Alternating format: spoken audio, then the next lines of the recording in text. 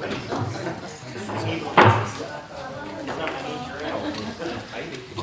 evening. Everybody looks like they're all bundled up. Did you make it to the top of the platform? Did you go? Huh? Did you go to the top of the platform? Yes, you can't quit talking about it. I'm just saying. I would like to volunteer.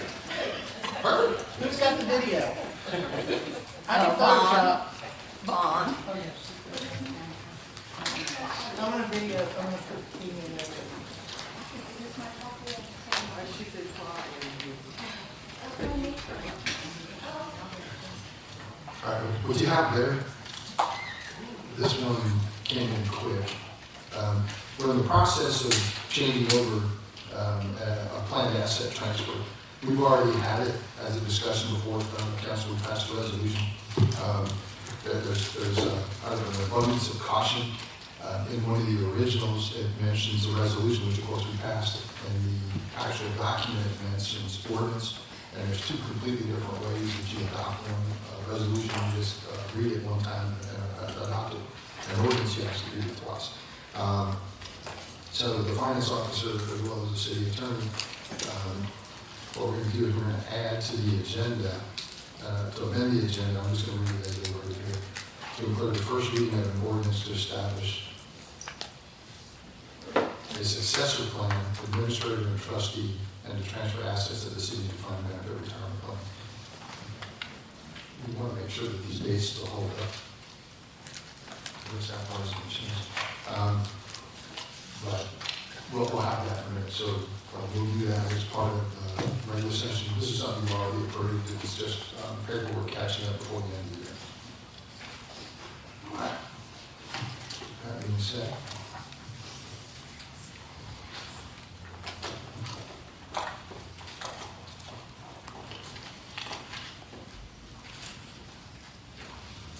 review of the meeting agenda. What we'll do is we'll add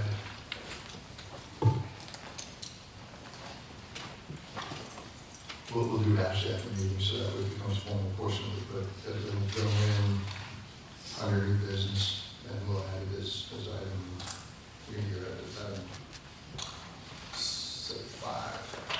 So we'll just get it right now.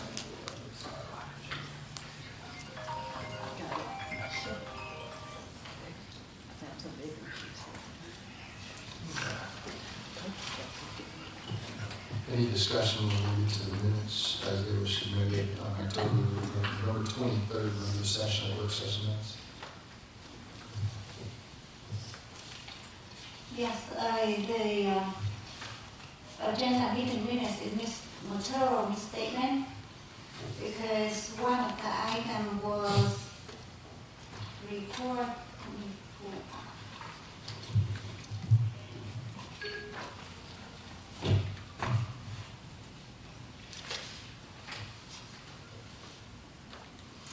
Then under new business, item 1, the approval of single source proposals from York Bridge, we did have call for motion and the motion failed.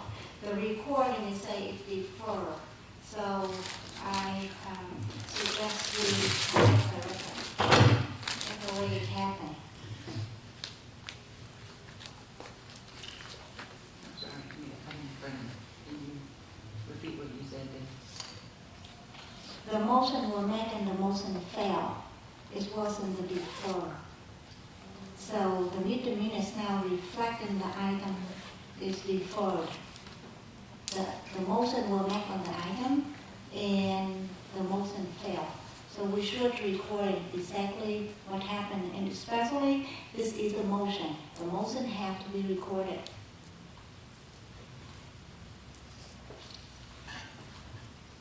Did you mention that to anybody before today? No, I did not have a chance because the package didn't get to the council until Saturday morning, and then I believe yesterday it came in another package. So this is the time restraint. I did not have a chance to look through that until today.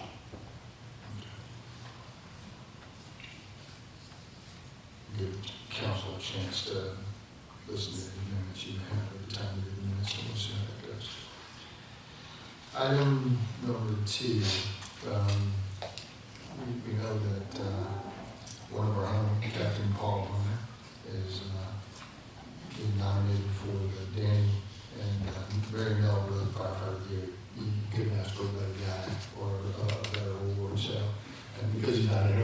about it, that's all critical. So that will be fun. We have 3 proclamations that will be administered, each for different reasons. The first one being an outstanding citizen, and then the other 2 for some issues related to a project that was done on John Robert Drive. Board appointments. And board appointments, we've got a need to have the Development Authority have a meeting by the end of the year. And this Development Authority has not met in a while. And it doesn't meet simply because it doesn't have a quorum. So we have to find members to be on that board and try not to replace them. When I serve on the Development Authority Board for Clayton County, and we have 3 boards all in the same entity. So depending on which entity you are, Development Authority, Redevelopment Authority, Urban Redevelopment Authority, you're kind of dealing with the same group. The number that we have on our URA is 3. The number that we actually need on our Development Authority is 7. And you have to have an economic interest. The URA, by the fact that they have an economic interest as the member of the board itself, is what will give you the definition to be able to meet the requirements that we have to be able to make that happen. And I think you've got them listed before you, and I think we're doing the best that we could to kind of see who they took their place of and kind of what their terms are. Any discussions? And I think there might even be one opportunity for some, oh no, it's right there. So we did put a language. There was a gentleman who had an interest in anybody who had spoken to us. I don't remember the guy's name. Courtney, does that ring a bell? But they couldn't verify that he had a business in the city or something along those lines. So if he still has an interest in something else, we'll see what he's got. And then just by default, then Ms. Reeves would have an economic interest simply based on the fact that she also serves on the UR. Courtney Gladden. His full name is William Courtney Gladden, so we'll try to engage him in some other way. And that gives you 7, and that gives us the ability. Mayor Pro Tem appointment? Could I say something about the board appointment? Sure. Because several things we look at, the DDA by law says in after 2003, 2005, and 2007. Every term after that is 4-year term, and according to that, the term 2003 following will be 2007, 11 to come up. The next term for that season will be 2003. And the same thing with the season that the term ended in 2005, it will be 2025 in the next ending term. The same thing with 2007, after that increment of 4 years every term, the next ending term will be 23. So we will be having 2 terms that we are having that will be expire on 2023, and 1 position that the term will be expire on 2025. Those numbers are not aligned with with what's stated in the term in the One of the things to remember is, let's say that I'm on a term and I resign. I move out of the city, I'm no longer capable. Depending on how it is, you could actually say, somebody appoints you to a 4-year term, okay?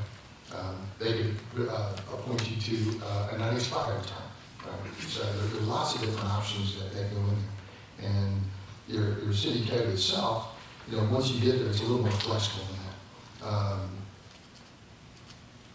To the best of our abilities, based on what we're seeing as records, that is there. If the term itself may not be accurate as to what you're saying, it's more important for us to have the warm bodies on the board first, and we could ultimately modify the terms where somebody said it should have been a 2025 term versus a 2023 term, something like that. But we do have to meet by the end of the year. So I think it allows it, depending on what happened with the prior replacements. And in some cases, you can actually serve on the board even if your term is expired until you are, somebody is appointed in place. Independence Charter said any new term should happen on the first meeting of the new year. So that won't, if we appoint it today, it won't, the position won't be, the person who we appointed to won't be able to obtain the office until the first meeting in January, which is the second week, the second Tuesday of January. For those that have the unexpired terms, the unexpired term wouldn't matter. It would only be if you had an appointment for a new term. We have to have a meeting by the end of the year. If I'm appointing somebody in January, obviously that time period is passed. We do have requirements in terms of the report. So, And, I'm sorry. Go ahead. and I want to raise another concern in that from the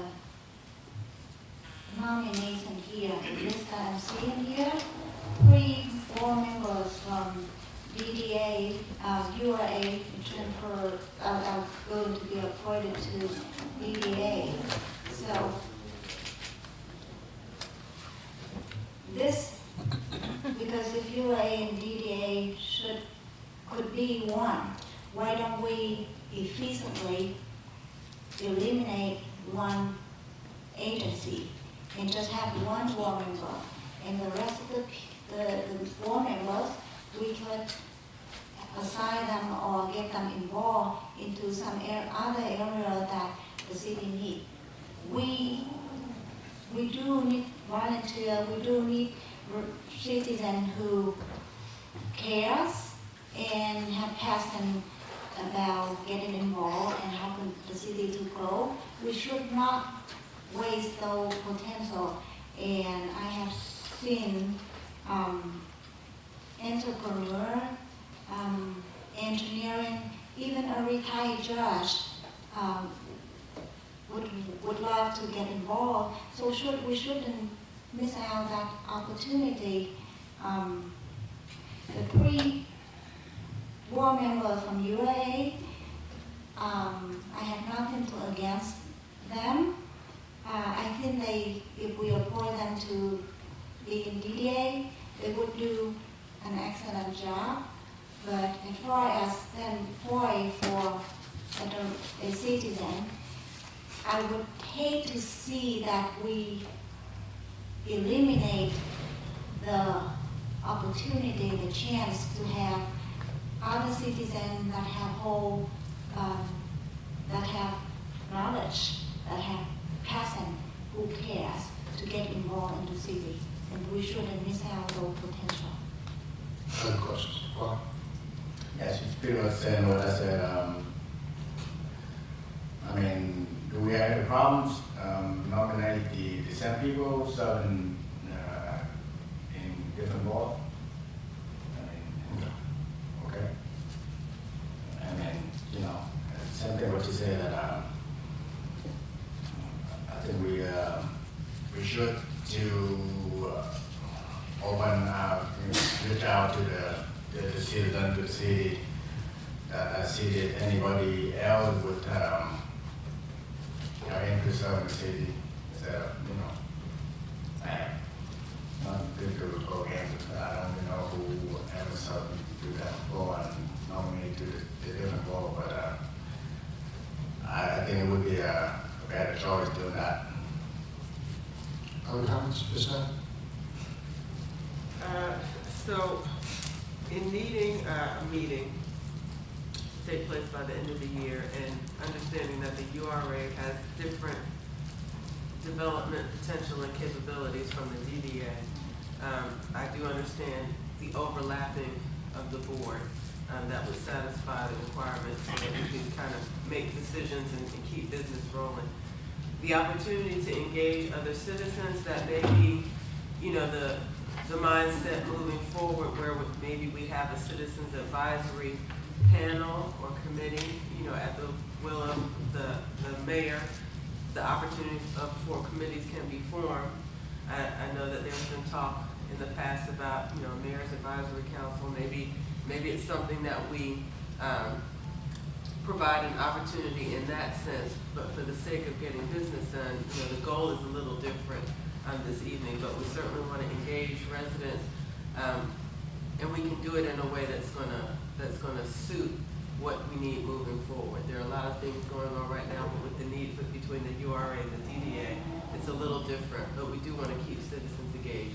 I do agree with Van and Qua, but it may be in a different capacity, and it may be the opportunity and the time to create an advisory panel where we can do that in a meaningful way. Or just like in Atlanta, they have neighborhood plans. I know Dr. Anderson on the Board of Commissioners now, she's doing something very similar. There may be an opportunity for us to do that so that we maintain an engagement with citizens in a recognized and acknowledged way by committee. Councilwoman Dean. Briefly, I think that we have business that we need to move forward with, and I think when you have things that are pressing, you need to get the job done and not wait or procrastinate. So I think moving forward would be my opinion. So we are disregarding the charter articulate that the new member won't be able to take the office until the second week of the first meeting in January. Are we going to disregard that? I don't think we're going to disregard anything. For the most part, my recommendation would be to go ahead and appoint. And, if there is a specific issue with the term, we can adjust that. If there is a person that doesn't meet a requirement, then we will basically have that person sit out until such time as necessary. But this still answers all of our questions, and it still gets us moving. Moving on, Mayor Pro Tem appointment. We've got some legislative items that are being addressed, specifically with homestead exemption and a number of other things that are very important to us. So we want to start those discussions now, and we will make a Mayor Pro Tem appointment with the main goal of that particular person to help us move that legislative agenda forward. And that recommendation is going to be Councilwoman Renee.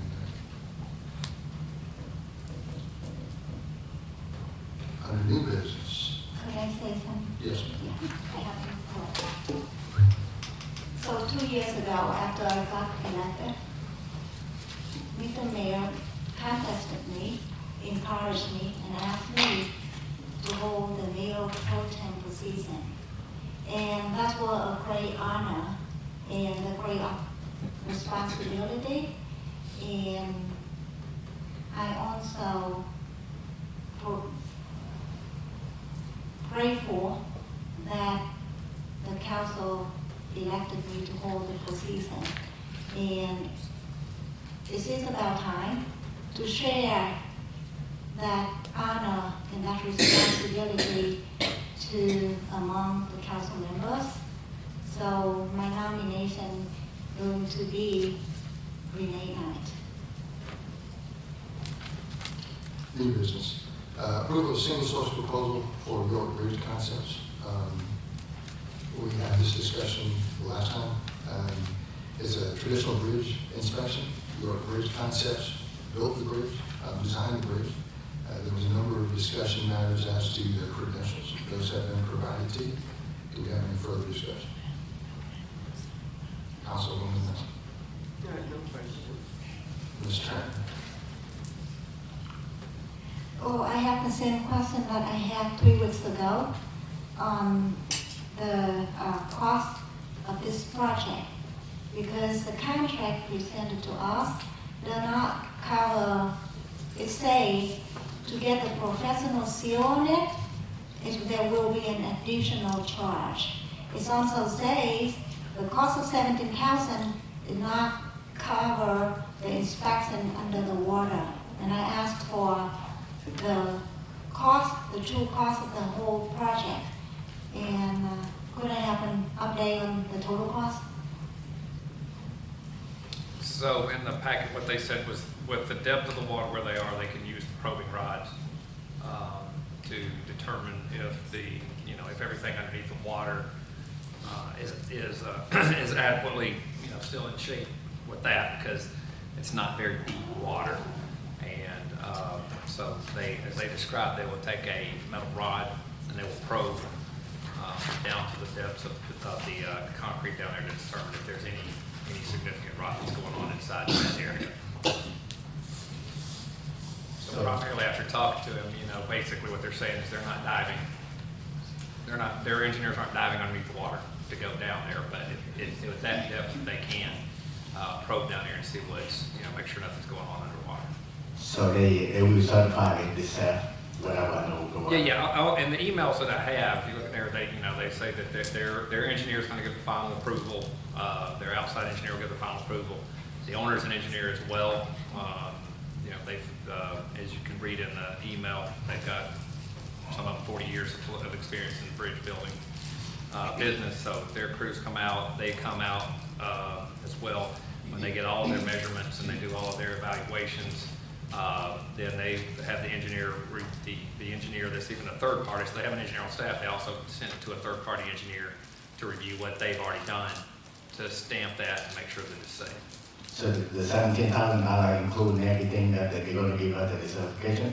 Yes, he said that, yes, with the 17,000, that included that final engineering piece.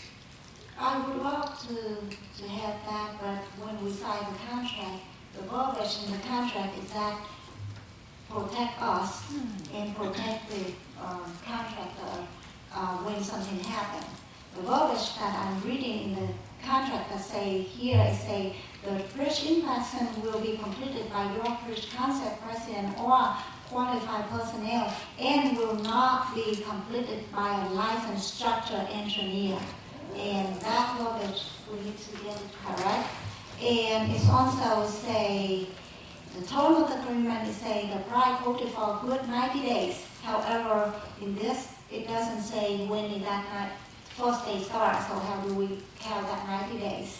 And also, another conflict in the package is say the overall report will be reviewed and sealed by YDC, Yorkbridge Concept Consultant Georgia Engineering. So if this one conflicts with the sentence say the cost of 17,000 doesn't cover the complete licensed structural engineer.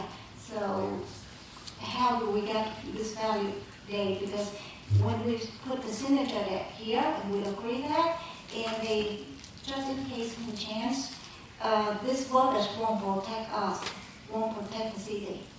It's say right here, the scope of work, they won't do it out of the water, as they say, conduct field inspection of the bridge, including all elements of the bridge that will accessible above the ground, out of water, and free from major brush after execution of design agreement. So they clearly say that 17,000 is not the final cost. So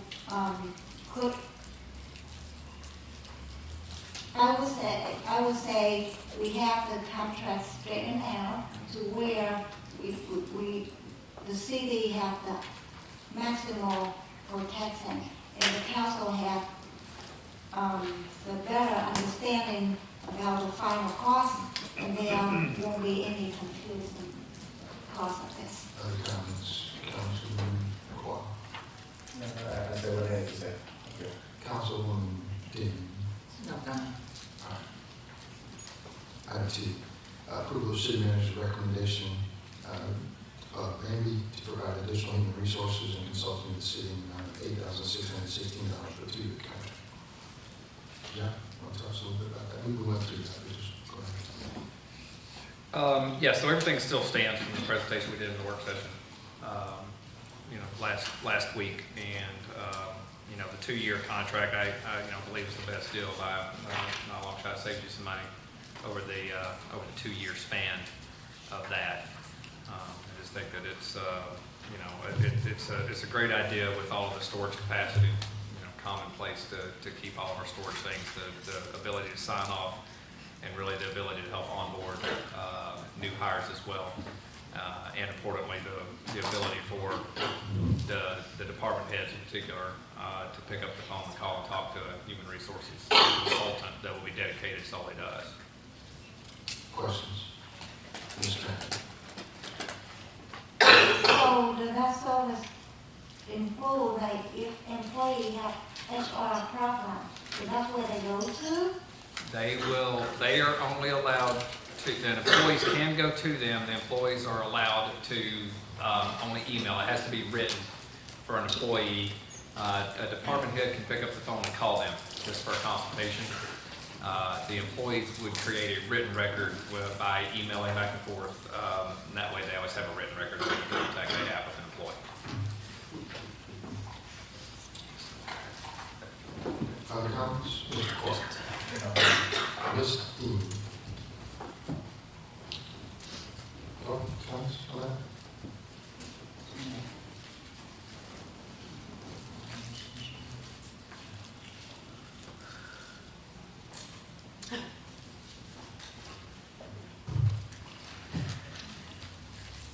I do have Dr. Sunday, would you ask?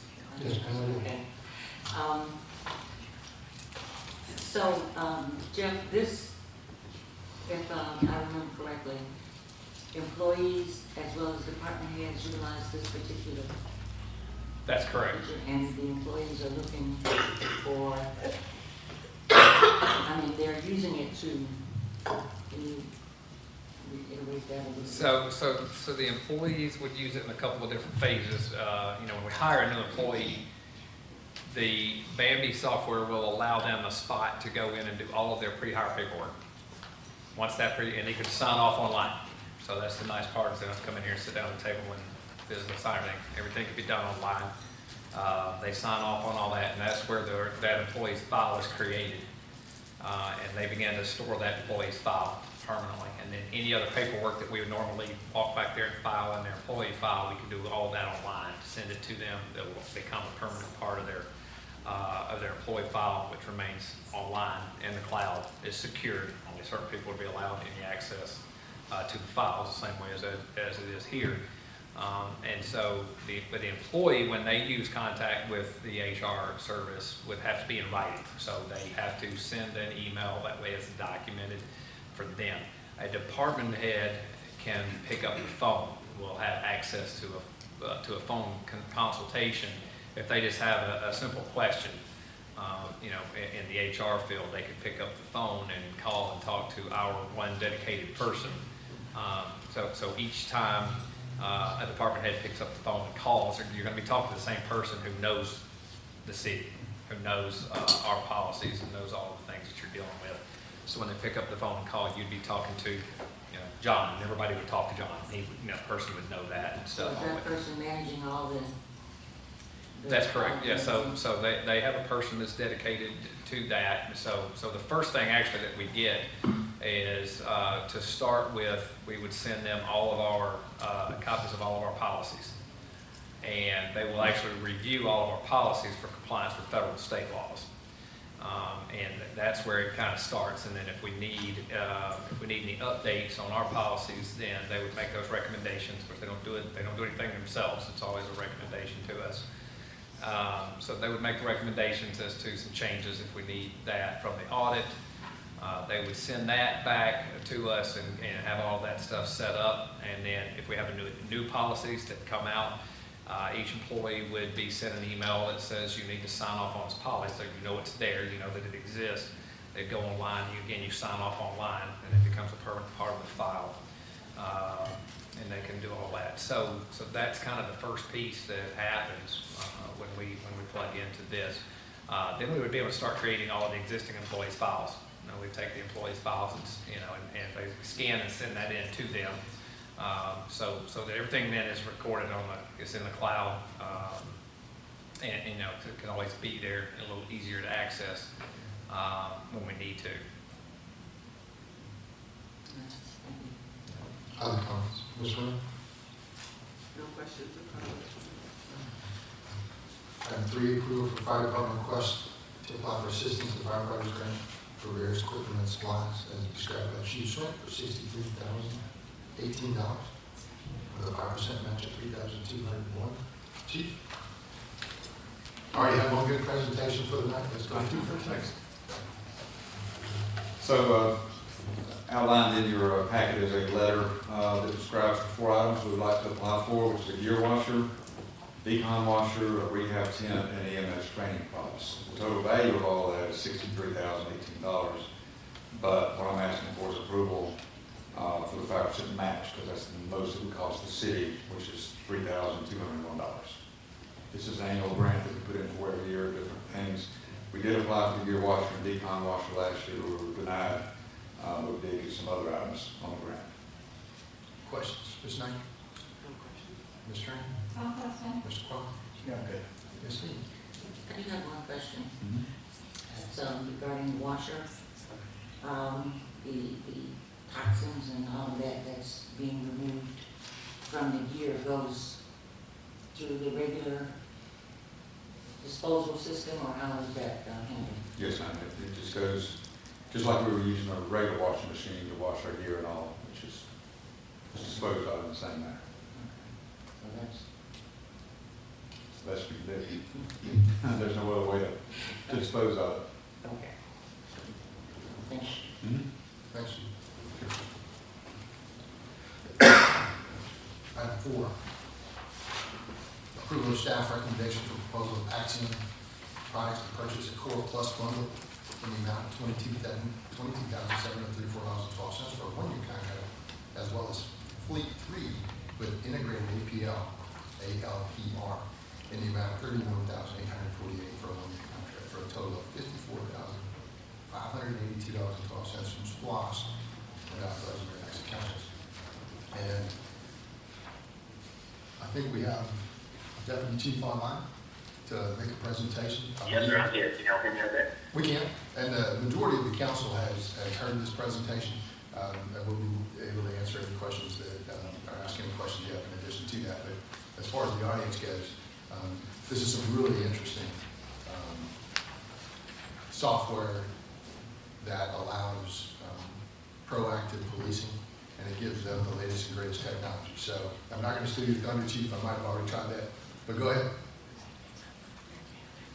So I've got my screen shared here. Are you able to see my presentation? Yes, sir. Where are you at, by the way? So I am in Pella, Alabama. I'm attending the final installment of the FBI LEADA trilogy on supervision, executive, and command level leadership.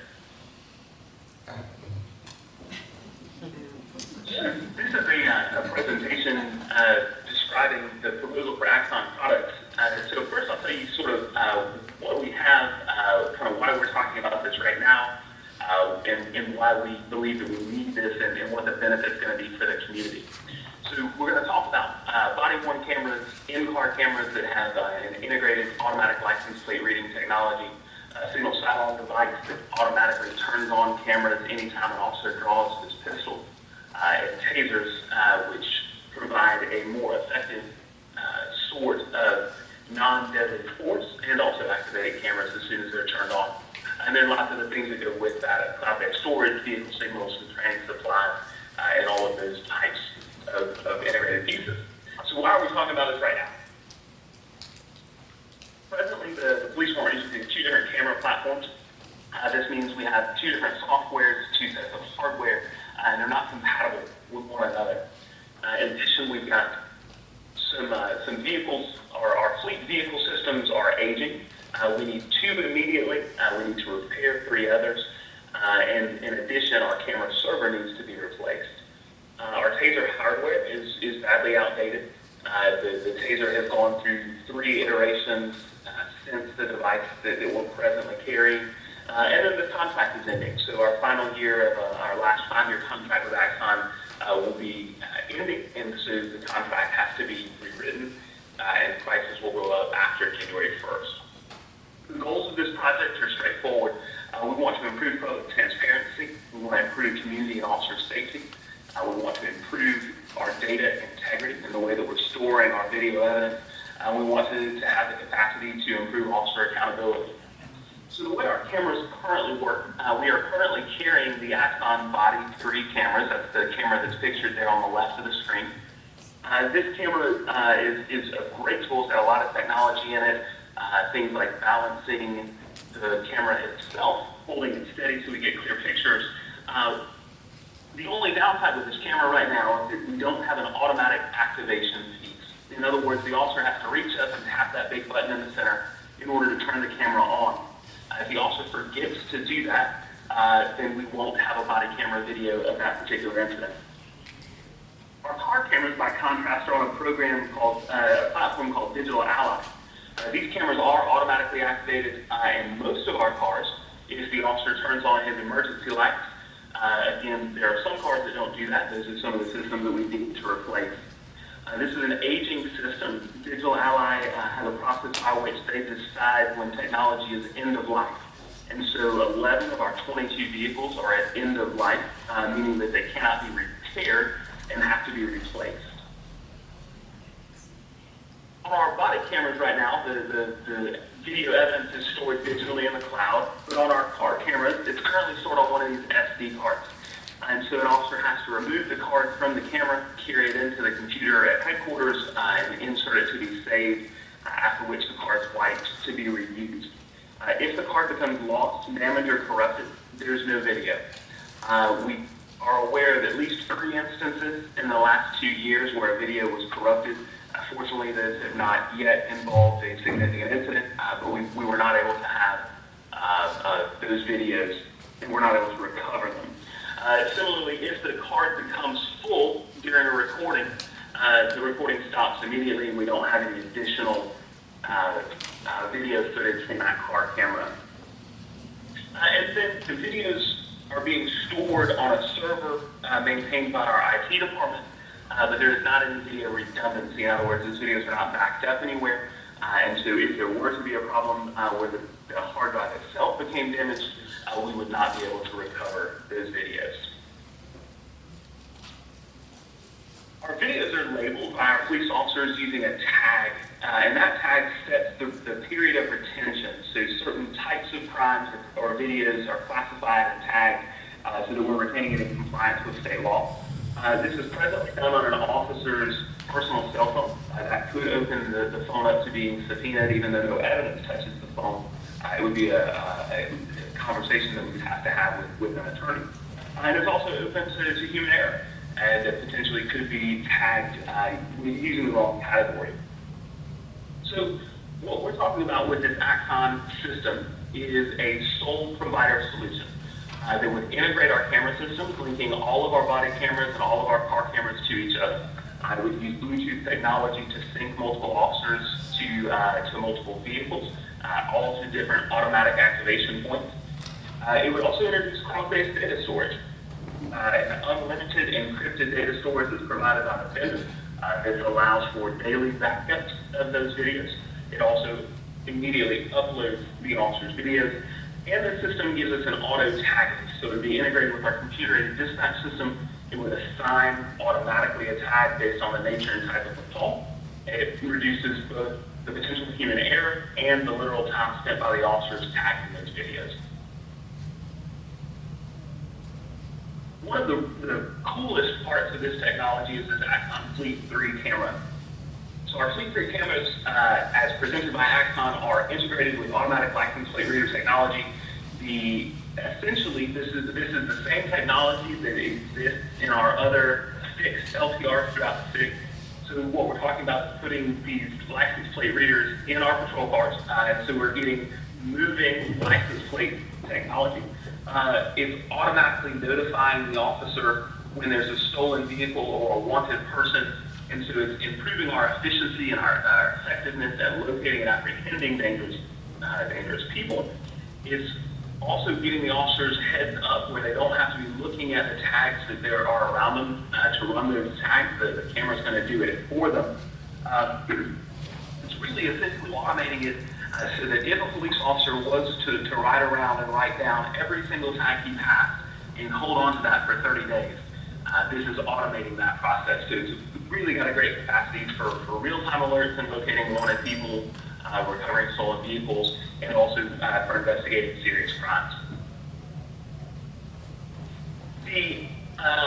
The Signal Sidearm device is included in the Core Plus package.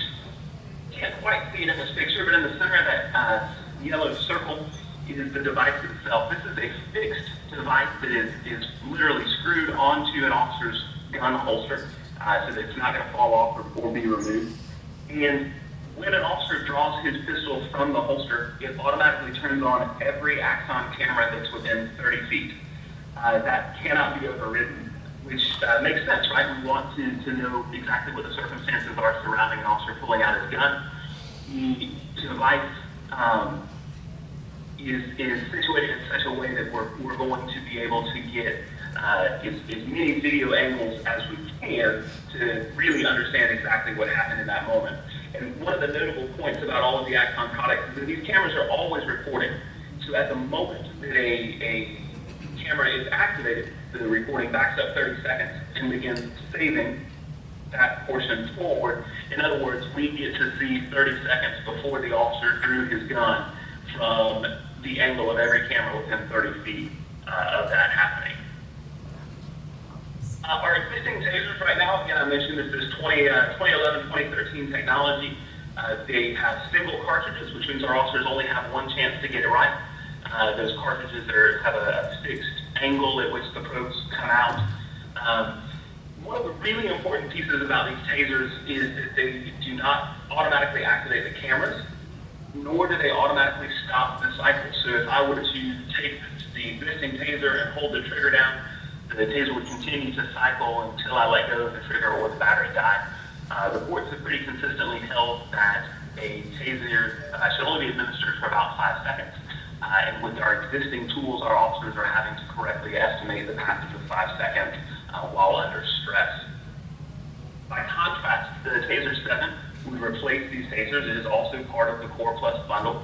You notice that it's that safety yellow color to differentiate the taser from firearm, both for the benefit of the officer and for the violator to recognize that the taser is there and perhaps they may want to voluntarily comply. And the automation is the really important part about these new tasers. When the taser is turned on, just like a pistol being drawn, every body camera and every car camera within 30 feet is automatically activated. The Taser 7 also automatically stops the cycle after 5 seconds. So even if the officer continues to press the trigger, the taser will only cycle for that 5 seconds. So what does all this mean? So what? What this means is that by taking all of these pieces and putting them together, we believe it has an improved capacity for non-deadly force outcomes. In other words, by giving our officers a better non-deadly tool that can be used from a much greater distance with greater precision and a lot better accuracy, we're giving them a non-deadly alternative. We know that this is going to increase transparency. It's going to provide multiple integrated video angles. We're not going to have a storage issue. We don't have to worry about a video card being filled up. We can see everything that's happening in real time, put all those angles side by side, instead of trying to hodgepodge them together from 2 different platforms. We're adding accountability to our police officers by automating the camera activation. We're reducing opportunities for human error. We're preventing malfeasance. And we know that we're going to be able to improve our data integrity using the Axon cloud-based evidence storage on their encrypted platform that has regular redundancy and backups. And so we're talking about the year one cost of these cameras. So on a Core Plus bundle, we're talking about 28 cameras, the signal sidearms, the automatic vehicle signals, tasers, holsters, training supplies. They're actually going to replace these cameras halfway through. At 2.5 years, they'll give us a whole new set of cameras to make sure that we've got the most current technology. In the same way, the Fleet 3 cameras, this is 52 cameras, it's 26 forward-facing cameras, and 26 cameras facing into the prisoner compartment of the police car, 26 ALPR licenses, the internet cradle points, and the vehicle installation for these cameras into the car. So we also lastly did sort of a price comparison. Hey, if we don't go with this new Axon proposal, what are we going to do? You see there is a slightly lower operating cost year by year, but we need to replace these tasers anyway. So within the next year or two, if we buy just the updated tasers, we're still looking at about a $259,000 cost for those tasers alone. if you add these together in the long term, over the course of the next 5 years, we would end up spending more than we are proposing right now. So the first part of that is this year one contract of $22,734 for the Core Plus and the $31,848 for the Fleet 3. And so that was a really fast presentation, but what questions do you have, or what questions can I answer? Questions, Ms. Knight, I have no question. Ms. Tran, Mr. Clark? No question. Ms. Steve? No questions. Let me ask a couple. Really just more of a point of information. So we're breaking the payments up into 5 sections. Right? So tonight, basically, we're buying, and then we're making payments just like you would on a car. We don't have the interest or anything like that. It's just basically this is what it is. The first payment's coming out of SPLOST. We would anticipate the next 4 payments coming out of the general fund, coming out of your budget. Okay? Agreed? Yes, sir. Okay. Yes, that's right.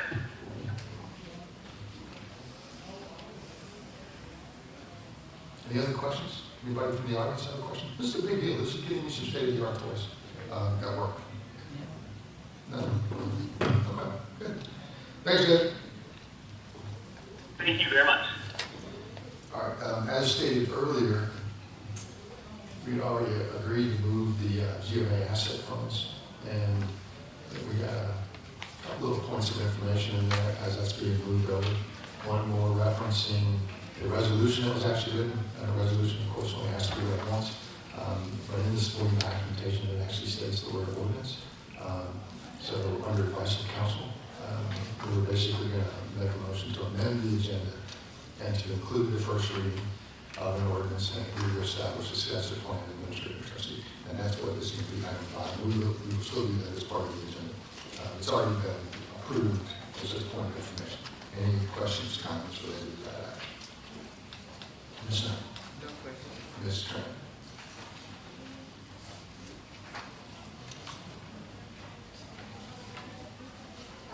Looking through the ordinance to see if we will employ the officer in this, for this transfer instruction in the ordinance route. I just got this package a few minutes ago.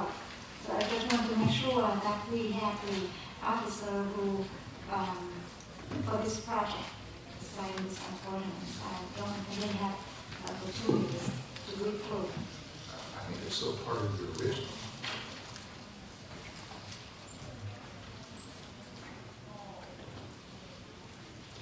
So we got Chris Pike on page 11, right?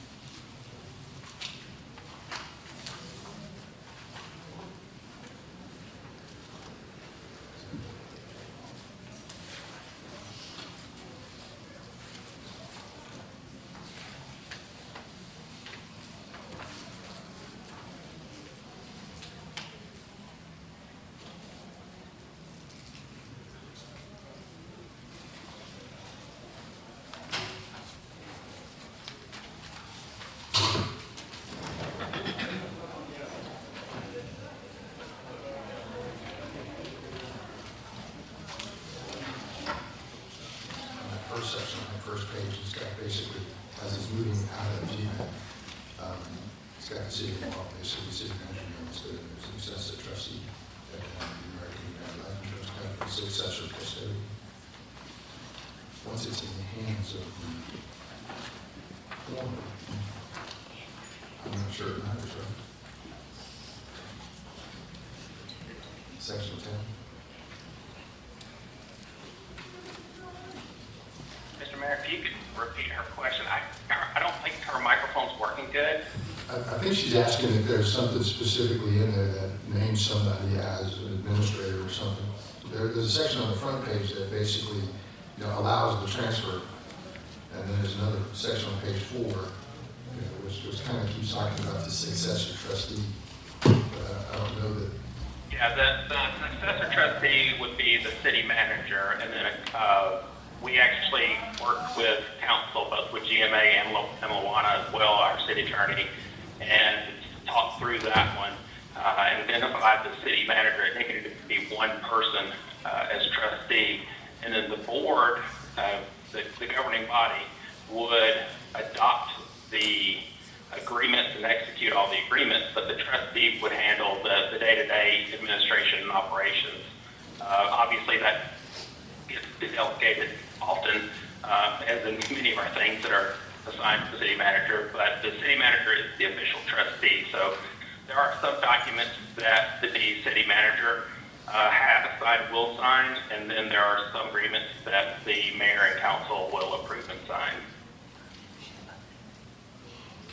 Could you point out to us what section is articulate that? And again, I'm sorry, her microphone is not working. I think she's asking you to point out maybe specifically where that might be stated. Oh, it's not in that document. The trustee was designated in another document. That could be why she's not seeing it if she's looking for it. Yeah, but that section does state it on the front page. I don't think I did it earlier.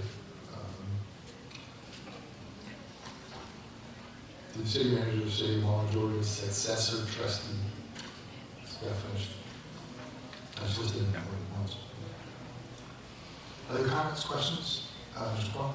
No. Ms. Dean? Ms. Knight? Further questions, Ms. Tran? Not at this moment. I'm still trying to look through this because I just got the package. Going to the next item, resolution job classification. Chief, you want to tell us what you got?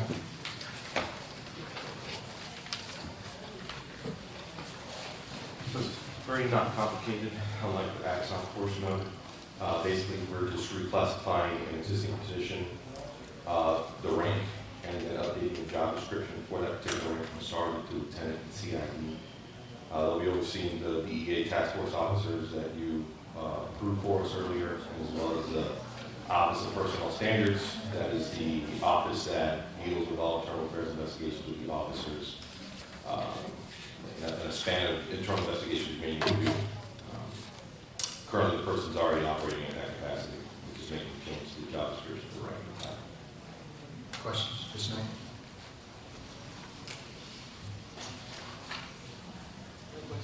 Ms. Tran? No question. Mr. Paul? No question. Ms. Dean? No questions. Richard? Peggy?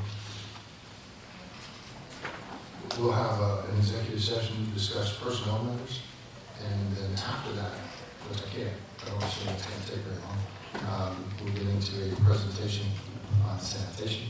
And that one might be a little bit boring, but we got some challenges in the industry, and we got to figure out how to solve them. So we look forward to all that. We know we got some guests out there, so if you'll grab yourself a cup of coffee, we'll take a quick break, and we'll come back at 7:30 on the announcement.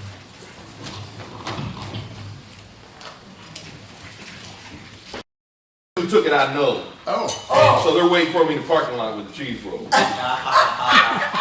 Since you're here now, I feel more comfortable being 100%. This has been going on while y'all been gone for an hour and 15 minutes. So I've been thrown under the bus, stabbed in the back, or whatever, over a cheese roll. Oh, cheese roll. Citizens' comments? Oh, by all means. Thank you, Mayor, Council. So I do want to address something that Councilwoman Tran said earlier about people on boards repeating their terms. And we've had a lot of board members throughout the years that have had multiple terms. But I would say to you, Councilwoman Tran, if your position is that people shouldn't serve multiple terms so that they give other citizens opportunities, would we expect you not to run again so another person can serve on the council instead of you serving multiple terms? Or is it a double standard for council and other boards? Well, as far as one person to do one term in one position, it's there's not any conflict of the interest. No matter of fact, other city, to avoid corruption, other city have the limitation of how many total term the elected official should hold. Because sometimes it can happen when people hold so much power in hand and sit in the same, having the same authority, can go wrong. And several cities have that, but it have what you're asking on having the same board member running dual position on and making decisions for two agencies that need to be separately by law. That would not be in the best interest, and that also eliminate other residents who participate. And we have been changing a lot, making a lot of changes in the past 2 years, and now we started to have people who so interested getting involved, and we should encourage that. We should value the potential and make it work. And I appreciate that comment and that clarity about the duality. But to the mayor's point earlier, and having served this city for so long, theoretically, when you have an idea that you want so many people to come and volunteer, it's a totally different situation when you call volunteers and nobody shows up. So I just say for the people that are in the audience that are willing to serve two boards, which is a double taxing of their time, it could be really detrimental to their spirit when you have council members who don't want to replace them with a person. They just don't want them to serve two boards based on a theory rather than actually having other volunteers that are willing to serve. I appreciate that input, but dual position is different with a single position. And that's the significant difference with what you were comparing. Because you were comparing with one person dual service to two agencies that have to separate. Because if they can be combined one, then I would say let's have dissolve one and just have one, and the rest of the members we can get them involved into other committee, other project, or other aspect of getting involved in the city. Any other comments? Ms. Chair. First of all, I'd like to congratulate Renee Knight on being elected Mayor Pro Tem. Number 2 has to do with the new members coming on to the DDA. It's my understanding that there's 1, 2, 3, 4 council people up there. Each one of them had a chance to nominate somebody to be on the DDA. Obviously, they did not, or we wouldn't be having this problem right now. And number 3, this deal with the bridge, we just want to get the damn bridge inspected. If they find something wrong with it, then they're going to come back and want more money, just like anybody else. We keep nitpicking it. We took it from the last meeting to this meeting. Now we're going to another meeting on it. This is stupidity. I don't think we're going to another meeting, I think it passed. So we'll at least get an inspection. Other questions, comments? It's your turn. Okay. Hey, Lon. The problem is, you know, we have so many citizens that they could step up to the plate, but they don't. So those that step up to the plate, it may be a temporary thing, and we understand it. And if you have honor, if you have integrity, you can do both. And we know that it may be a temporary thing, or it may be a longevity thing. But we just have to get the city's business going. We have to get Morrow moving. We cannot be status and just die, because that's what's going to happen tomorrow if we don't. We have to keep moving forward.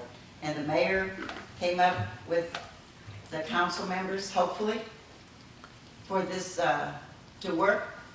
And we need to work together as a team, because if we don't, Morrow is going down.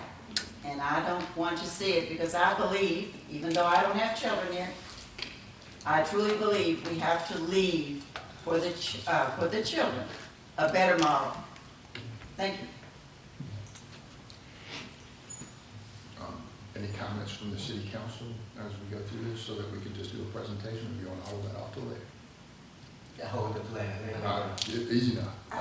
No other comments? We're done. Go ahead, Ms. Staff.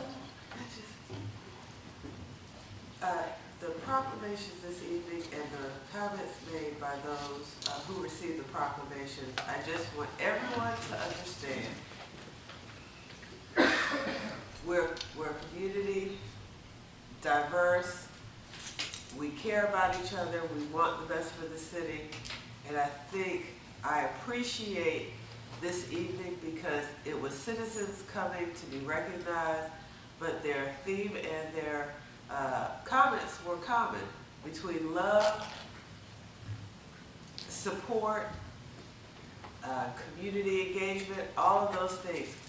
After an election season like we've just had, we have to reset ourselves as a community, and we have to come back together and continue being about the business that we've always said we've been. We built a brand on savoring the world. We built a brand on how diverse Morrow is. And we can't lend lip service to it. We have to get back to supporting each other in a way that uplifts culture, that uplifts your neighbor, that is true and that is real. And I want everyone over this holiday season, please contemplate that. Please contemplate that. That's what our citizens have said. That's what our community needs. We need to bring things back together. We need to reset. So I just wanted to make those comments. Thank you. Thank you, Chair Chris. And I just have a comment. Yes. I'll be brief, but I need to speak as a citizen. Oh. Let me, She said she's a citizen. Thank you, Mr. Mayor, and to council, and I hope staff and citizens will indulge me for a moment. My comment is a reply to Councilman Qua's statement on the 28th, I think it was, of September, and I'd like to speak to you as Citizen Dorothy Dean to Citizen Quavon. That comment had more implications than I think you realize. And that comment was that some of the council members, the mayor and the city manager, were racist. And I am a person who has been on this earth for almost a little over 7 decades. I have experienced racism throughout my life. I have seen it. I know what it is. And I want to say to you that I, Dorothy Dean, the citizen, is not a racist. And I can say this to you. The reason that I'm not is because I choose not to be.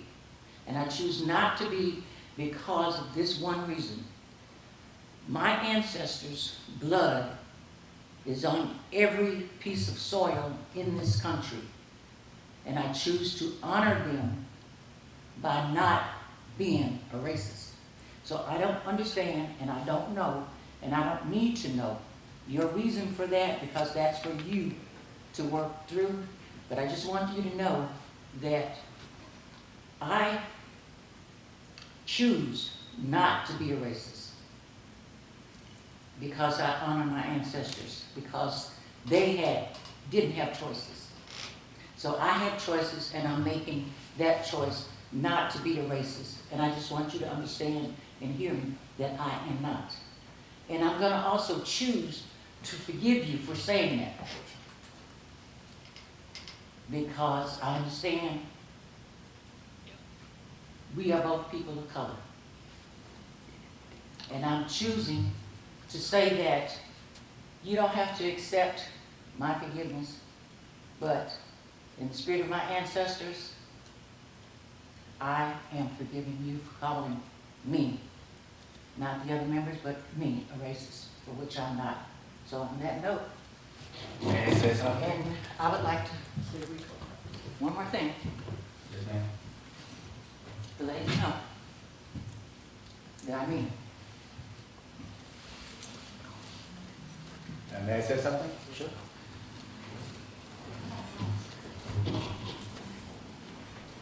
You have I'm sorry that, you come up with that conclusion, I call you racist. But you can listen to, watch the video again.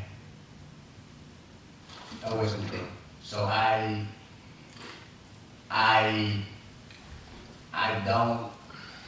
not going to apologize for what I didn't say.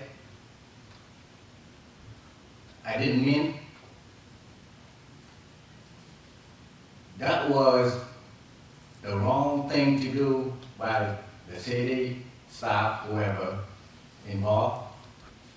And all I asked for was to sit down and raise concern to prevent those kind of things from happening again. In that video I say, I'm disappointed. Some of the council member that sided with the mayor to block my executive meeting to discuss about it.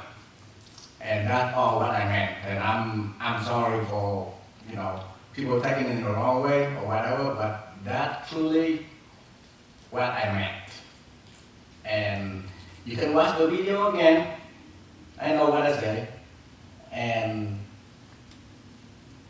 if I say it wrong, if I meant that, I will apologize in front of you. I respect you. And Sylvia know that. 2 other years that I've been with you. I respect you as, as my mother, in a higher level. I don't say anything, do anything disrespectful to you. I just want you to know that. That carries zero, I have zero meaning to calling you a racist person. Okay? Thank you. All right, let's start this presentation. I know we're running late with this, we'll all be out here long. We've got a challenge in sanitation. Our challenge is there are very few competitors who now want to be able to deliver us the services that we have enjoyed for over 30 years, specifically backdoor garbage service as we know it. We, through a series of competitive bids and other replies, we simply have one competitive bidder and almost nobody else wants your business. When they now know that you only have one competitive bidder, they gave you a 3-year contract. They terminated that contract after the first year because of the way city code is set up. It's 1-year contracts 3 times. And we're forced to go back into the well and try to solve some issues. They're back in the game at a much higher price, but we have to look out for our future. In other words, the industry is changing, and that's just not, it's a labor-intensive business and things like that. So in that process, we've been trying to reach conclusions for this city, not only for the near term, but ultimately for tomorrow. And what are we going to do? And it requires some innovation. And there are some easy solutions that are expensive. There are some other solutions that I don't think add value. But to be able to solve this, it did require us to do a little bit more of a hands-on review of one of our departments. So, we had a number of departments before. You no longer have a 911 system. So you got a police department, a fire department, and a public works department. For the most part, we can go back and look historically at where those departments have been and ultimately try to get them back up to speed. We know we got some salary issues, but outside of that, you just saw us push in. I think we all pushed in a pretty extensive piece of equipment tonight. And the chief walked away with some pretty good bells and whistles. But you have another department, that we don't, our public works director is relatively new here, And the historical sections of it, are hard to come by. But it means something to you. Your economic development ability, the visibility of this city, we have a problem. Right? And to really be able to solve your sanitation problem, you got to solve your public works problem. And your public works problem is a combination of personnel and a combination of equipment and skill and a number of other things, backed up by salaries. And on a quick review, you ultimately end up having to solve 3 problems at one time, each one potentially being complicated by itself. And it doesn't make it easier, it just simply says, this is the state of where you are. As a council, it's not necessarily your fault. We've given everything that's been asked of us. The question is, some of the stuff that wasn't asked of us. Prior to most of us actually being here, you had a crash in 2008 that decimated the city budget. And we went from 139 employees in a city to basically 89. Only 15 that were part of your 911 system. So you completely evaporated a complete department, and you're still well below what your staffing numbers were. You lost $225 million worth of property value. You're losing $2.5 million coming out of your general fund budget. And if that money was back, and I'm not talking about any grandiose number, I'm just talking about normal stuff, normal operations. Our employees would have decent salaries, nothing to write home to mom about, but decent salaries, and you would have decent equipment again. In that time period where you didn't have it, you cut your staff collectively. I mean, it's the city is the operation here. We didn't replace expensive pieces of equipment. We outsourced a lot of things. And over time, we kind of casually forgot, what they need to do their business. So tonight, I'm going to, lay out, a department that is not only underappreciated, and every one of us can love the public works department, every one of us can love the employees, but you do have to have the Scottsdale paradox where you got to be real, and to say when you drive around this city, we're not hitting the bar, and that is causing some of the devaluation that you have. That doesn't mean that you don't have great employees, it just simply means something's broken, right? And we can advocate for certain things. This has to be fixed. No matter what you do in sanitation, this has to be fixed. If you want to have valuations to go back to where they are, if you want your business community to look good, if you want the drive to have appeal, if you want your economic development team to be successful, you cannot have it look the way it is. Then you get into your citizen side, your parks, your other types of things, the ability to have something turned over fairly quickly. We've tried the outsourcing method. We've tried to go out and hire people outside of the public works to be able to accomplish goals and objectives in the city. And we have a series of scenarios, whether that's the Lake Harbin project or whether that's the trail system. And all we've really ended up with is much larger bills, stuff that is out of scope and out of service, and ultimately we're out there just cutting checks anyway. So it may be a portion of a solution to a long-term answer, but it's not as same as having people, at the public works department get ready to pick up the phone and actually do the job. So it can't be there. So anyway, we'll go through this and let's hope this works. All right, that's my point. There it is. All right. So Morrow's provided a little bit of history. Backdoor garbage service for 30 years. It maintained a clean city look and feel. It's visually appealing. Limited involvement by city employees. Basically, all we've done is contracts and billing. Right. A couple little minor things, but nothing too bad. The average price was $30 a month, which means we got sanitation bills for about $90, give or take. In 2020, the contract bid was awarded to Waste Pro for $15 a month for an annual contract of 3 years. Great job. We got the price down to something reasonable, and we got an opportunity. Then after the first years, due to cost constraints, and we all know what they are, COVID, different things like that. And I'm not blaming COVID. We know there's other things.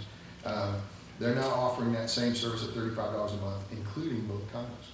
So the condos that were getting, kind of pickup truck rates are now getting, expensive rates. And, so it's not like per person. Overall, it only represents a $5 increase over your prior year's cost. Our response, of course, was we rebid residential and commercial garbage service. Only Waste Pro offers backdoor service, but at higher rates.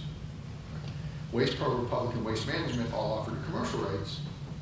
Waste Management had the best pricing. However, to actually implement that, there's not enough time on the clock to have the changeover of all the equipment and different things like that. In other words, the staging of all of the containers and the different things, and that, the time just does not allow you to do it. So it's not a realistic proposal. So when you're done, you really end up with potentially one company, and that's Waste Pro, the existing company you have, and the ability to know that they've canceled your contract before, and it's a combination of commercial and residential. Then the question is what type of residential. We negotiated a 3-month backdoor extension, and that expires January 31st, 2022. A tremendous amount of work that went behind the scenes to try to make things happen, but it has not been, easy. Factors. As you can see right here, your inflation year over year is off the charts. Every one of you here knows it. Whether it's beef at Quad's restaurant, gas at the pumps, gas is up 60%. You got 8% inflation rates. Then anybody who's had to stand in line knows you also have a compelling labor shortage. Right? So when people aren't being paid very well, in this particular case, garbage contractors, then you have high turnover. High turnover leads to pretty poor service. Pretty poor service means you get fired. But if you're the only person who wants the job, maybe not. So you have to sit there and go, here's the challenge we have. This challenge will not go away. It could very easily be that we survive another 9 months, and then we're right back having the exact same conversation again because your contracts only last for a short period of time. Service levels. First one, there's a clean view of the city. That's kind of how your city looks in some of your subdivisions. And option one is easy. You continue the backdoor service at $35 a month. Requires no changes or additional city staff. Simple solution. Buys time. Budget impact, though, versus what we budgeted at 15 to what the current rate is now at 35. Pretty interesting. Remember, it's only a month-over-month change of $5, but the new contract number was substantially different. Here's the bigger point. The industry is changing, and this may not be available in the near future. So what are we going to do to get ahead of it to give ourselves the best options to be able to provide services for your city? Especially if the next time somebody comes back in and say, December, and if you know you have no competitors, what price are you going to give me then? Higher than the one you're paying now, with all those same compelling factors of shortage of labor and other types of things, you will have no competitors. You will ask what the market will bear. And ultimately, that's a political decision, and that's you. So, second option is traditional curbside service. It's a significant visual change to your neighborhoods. Not all of our subdivisions have sidewalks.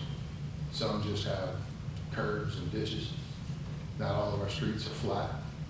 And these visuals is exactly what curbside service looks like. It's impossible to enforce from the standpoint of, keeping your city clean, because John may or may not put his garbage out there when they say he is, and he may or may not be home to be able to take it up when it's required.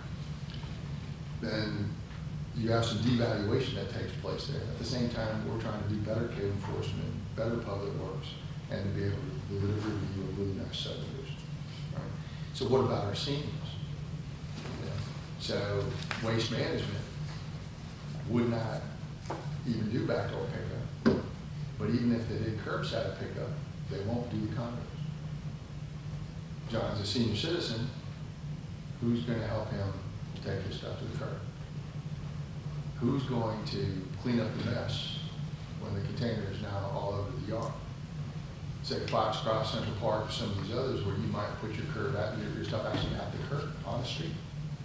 Because maybe in your case you got a sidewalk, but in other cases they do not. So we don't have all that extra room for people to run over things and do what they want to do. So we would still need additional manpower just to be able to carry that out. So on the surface, it's a cost-effective answer, but it completely changes the dynamics of your city.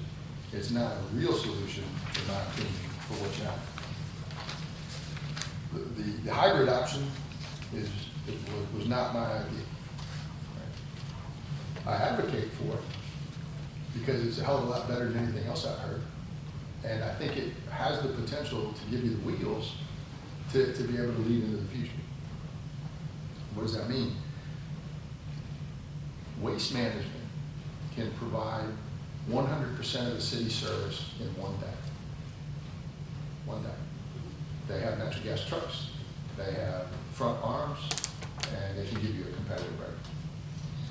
Waste Pro is a little bit higher in terms of cost, but they could do it in a day, maybe two, something along those lines. So the idea is to come up with a hybrid option. And the hybrid option basically says, we're going to assist. We're going to, in this case, use an inefficient company, because Waste Pro is more inefficient than Waste Management. And we're going to try to run a system where our employees will pull it to the curb. The company will come by and pick it up, and then we'll take the cans back. I'm going to make an argument that it's revenue neutral. I'm going to make an argument that it supplements the manpower that you're already lacking in the public works department. That the monies are there, intrinsic and extrinsic. And we strive to deliver a level of service. If we succeed, and we can eventually catch up to waste management, we will never be able to produce garbage service at the level that waste management does from the capital equipment for a truck. So that's your rabbit. That's the guy who's got it down, and you're never going to be able to catch that. If we can supplement it, match it, and are just as good, now you've got the solutions for a very, very long time. Okay. So we use a cost differential for man hours. I believe it provides approximately 4 additional full-time employee equivalent man hours. It's a 50% increase in staffing. Uses new staffing man hours for SPLOST projects to reduce costs and complete them on a much faster basis. Flexibility manpower, possible break-even scenario. So let's say you have a SPLOST project right now. We know that we're not getting very good pricing. We know that SPLOST doesn't reimburse us for employee labor. It would only reimburse us for maybe the cost of materials. Because this proposal also has some contract labor in it. That contract labor, if it was applied to a SPLOST project, that is not a city employee. So you would be able to allocate that particular section of hours and the original project. Now it starts to make a little more sense. So you always have more SPLOST projects than you have SPLOST money. It doesn't take somebody to drive around the city very long to realize there's lots of things that need to be done. Okay. It provides flexibility. So it's a project schedule. Our annual maintenance of city parks, buildings, and public spaces is years behind. I've been back almost 2 years. Think about that. Look at what we have accomplished, and look at how much more you still have to go. That's a lot. Okay. Lack of proper maintenance is creating negative value in neighborhoods and commercial areas. Whether it's the buildings themselves that aren't being properly cared for, or we don't have the capital improvements to be able to change out things when we should make it out. Anybody who's been around, you kind of know you don't maintain it, it becomes a problem. And then it's much harder to fix when you do it. Hidden loss of revenue, this is where you get in there and you say, by not having a city that's as cleaned up as it should be, it contributes to the factor that you have a loss of $225 million in value. We could talk South End Mall, we could talk 54 Highway, we could talk some of your parks. City Hall Park looks pretty good. But after that, doesn't take, drive down Adamson Parkway, you see all the mud in the road. Trees, limbs, things that are still not being done. You got great employees, but what did we do? In 2009, which is the best comparable, you had 12 full-time employees. We used 5 inmate labor. It was kind of reasonable amount. The top not the director position, but let's just talk about the other three. They were paid more in 2009 than they're making today. That's a fact. I can tell you who was in the position, I can tell you the money. So this is what it took to really do the job of this city. Through economic factors, we cut all that out. Your current staffing is basically 9, including the public works director, sanitation clerk. That basically means you now have 7 people to go out and get all the work done. Obviously, they can't get it done. Look at the numbers you had, look at what you have, and say it matters. We also are currently have 4 additional Georgia Works personnel.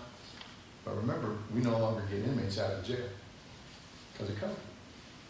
That cost about $100,000 to be able to make that. Now, at some point, we'd love to get them back. And then we have some community service workers that are taken into consideration of this as well. So you have a total of 11, and then you have a hierarchical chart that kind of goes with it.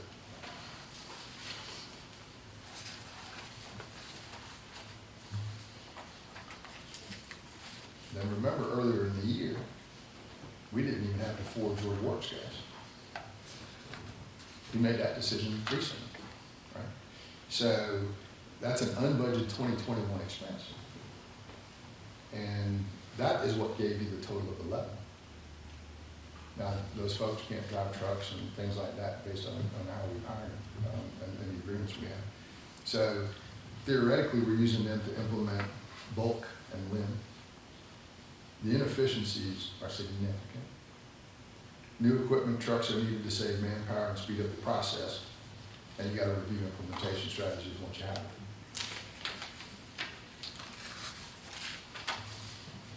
What do they need?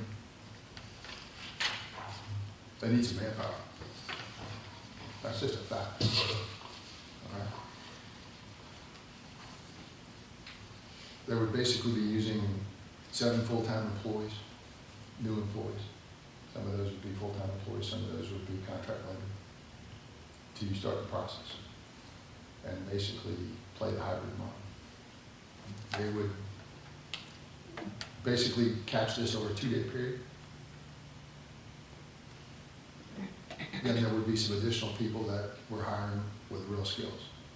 And real skills being building maintenance skills, electrical, plumbing, HVAC, and traditional building level skills. The additional ones will be focused on, recouping some of your splash money. When you get into how does it work, you're basically taking a truck and you're moving people around. And you're catching, before the original truck comes in, the curbside truck comes in, you're dropping them off per street. This is where we need to negotiate with the company, Wastewater. What routes are they using? Use a little common sense, figure out how to do it. There'll be a little bit of a learning curve in that. And be able to pick it up. I don't want you to focus so much on exactly how, because we would leave that to the Public Works Department to what the most effective way to figure it out. It's more in concept than anything else, right? Condominiums. Woodstown has 130 residents. They all get billed out at one time. Public Works would basically pull the bins to the curb, and they would get picked up. Northridge still drops all of their bags out there in plastic bags. Nobody does that, but they still do. Yeah. So that would be where Public Works would go out there with a single pickup truck or something like that, toss it in there, and take it back over to an 8-yard container at Public Works. We should be able to handle that. What you're looking for as a request is 13 full-time employees, 8 full-time contract workers. That's the addition of 7 additional staff for your hybrid model.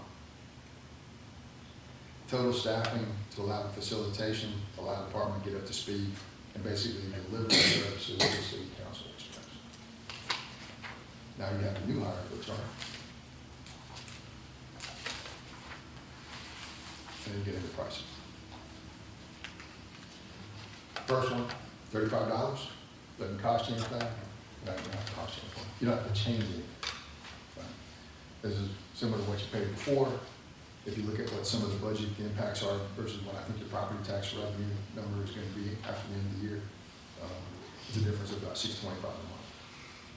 Just remember, there is no manpower increases in public works department to make that decision. You didn't help out any, right? They're gonna have to ask for additional help anyway. Cost of the man hours, you know, that you would lose if you took advantage of this, exceeds the cost of the hybrid model.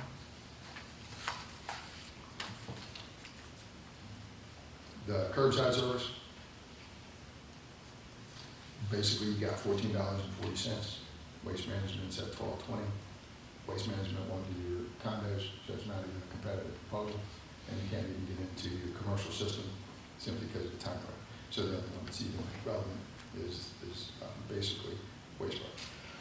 But again, it's visual blight, you got unenforceable issues, and you're still gonna need to have to clean it up. In other words, you're gonna end up hiring somebody. Get into some math on your hybrid model. The difference between your $35 and your $15 is about $303,000. It's a lot of money. You got about 1,200 residents. I'm not picking, you know, discussions about condos and things like that. These are ballpark numbers. So, you know, the cost to hire the 7 additional public works employees is about $287. There's no real cost savings, you know, differential, even though on paper it looks that way. It really comes down to more. There would be little minor things such as uniforms, gas, you know, things like that. That would certainly make up the difference. So your 7 people out and do different things. You got another problem, and this is in bulk. So not only is your public works behind, but as it turns out, you've got rid of your trucks. And 1 or 2 trucks you do have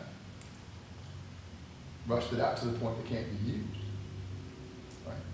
So your chipper truck, you gotta go take a peek. It's rusted too. It's toast. Right? And then when you want mulch or something like that, you're gonna pick up leaf and limb. Having a chipper doesn't do you any good. You're not gonna pull it behind, you know, that old sand truck. Right? Then we're using 6 people, 3 per section, in basically a day and a half. So their estimate is it's costing about $206,000 to handle it.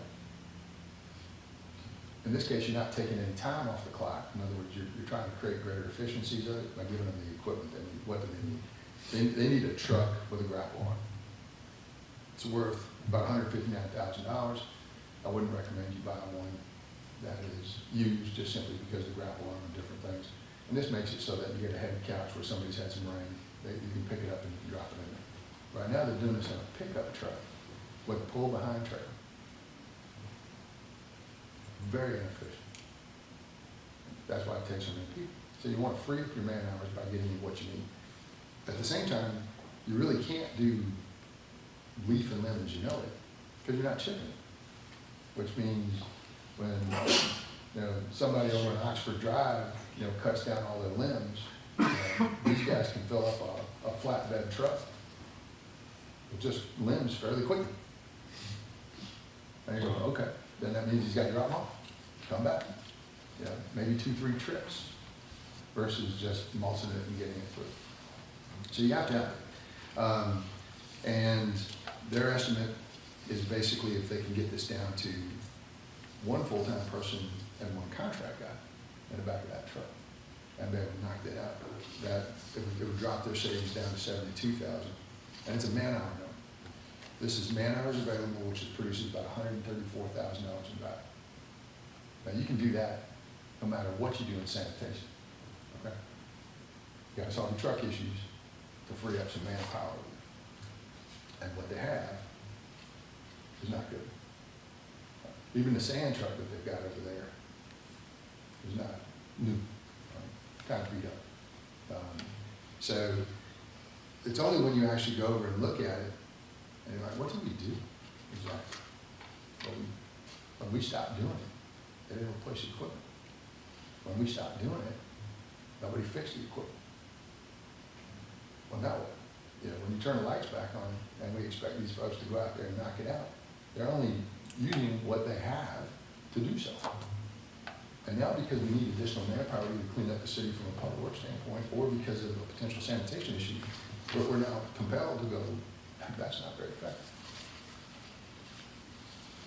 We have other people who've got a lot more, but it would be rare to be able to make the argument that you're gonna get a lot more value out of cleaning up your city and getting your tax base back to where it is and being able to keep your parks and other things clean than you would with some other things. The chipper truck, and these are just using straight off the line numbers, 107 for 2020. You can buy one that was 2016. I wasn't trying to debate value, and you can get one of those for about 80. Yeah, the point wasn't to ask you for a vote. The point was to go out there and go, you got a problem. You know, every one of us has keys. Every one of us could walk back into the public works area in the back. It will not take you very long at all to realize this doesn't work, right? Then what are you going to do to change it? You have to do something, okay? So as part of the process, they need an upfront capital of about $266,000 just to get in the game. What this doesn't say would have to be part of the project budget for next year as we go through this is what about all your small equipment, lawn mowers, weed eaters, chipper, or the little things that cut it there. You know, there's a series of those small pieces of equipment they have. What's the maintenance schedule look like? You know, when's the last time some of this stuff was maintained properly? You know, you guys got more than enough to be able to look at it, but he doesn't have any story. You know, he's been here, what, 60 days? He only knows what you got. And it doesn't take you long to realize nobody could have expected you to do anything with that. Not really. So that needs to be fixed. Right. Your revenue, and this is where I'm going to make this argument as to why I think this is a good idea. It's not as complicated as it sounds. So let's look at it as, you saw what I talked about earlier, 287 plus 16 for the 303. I don't know if I can read that far. All right. So your hybrid only needs, let's just say we use this additional manpower. And basically, we hire 7 people. 2 days a week, they're out there moving trash cans. The other 3 days a week, they're your staff.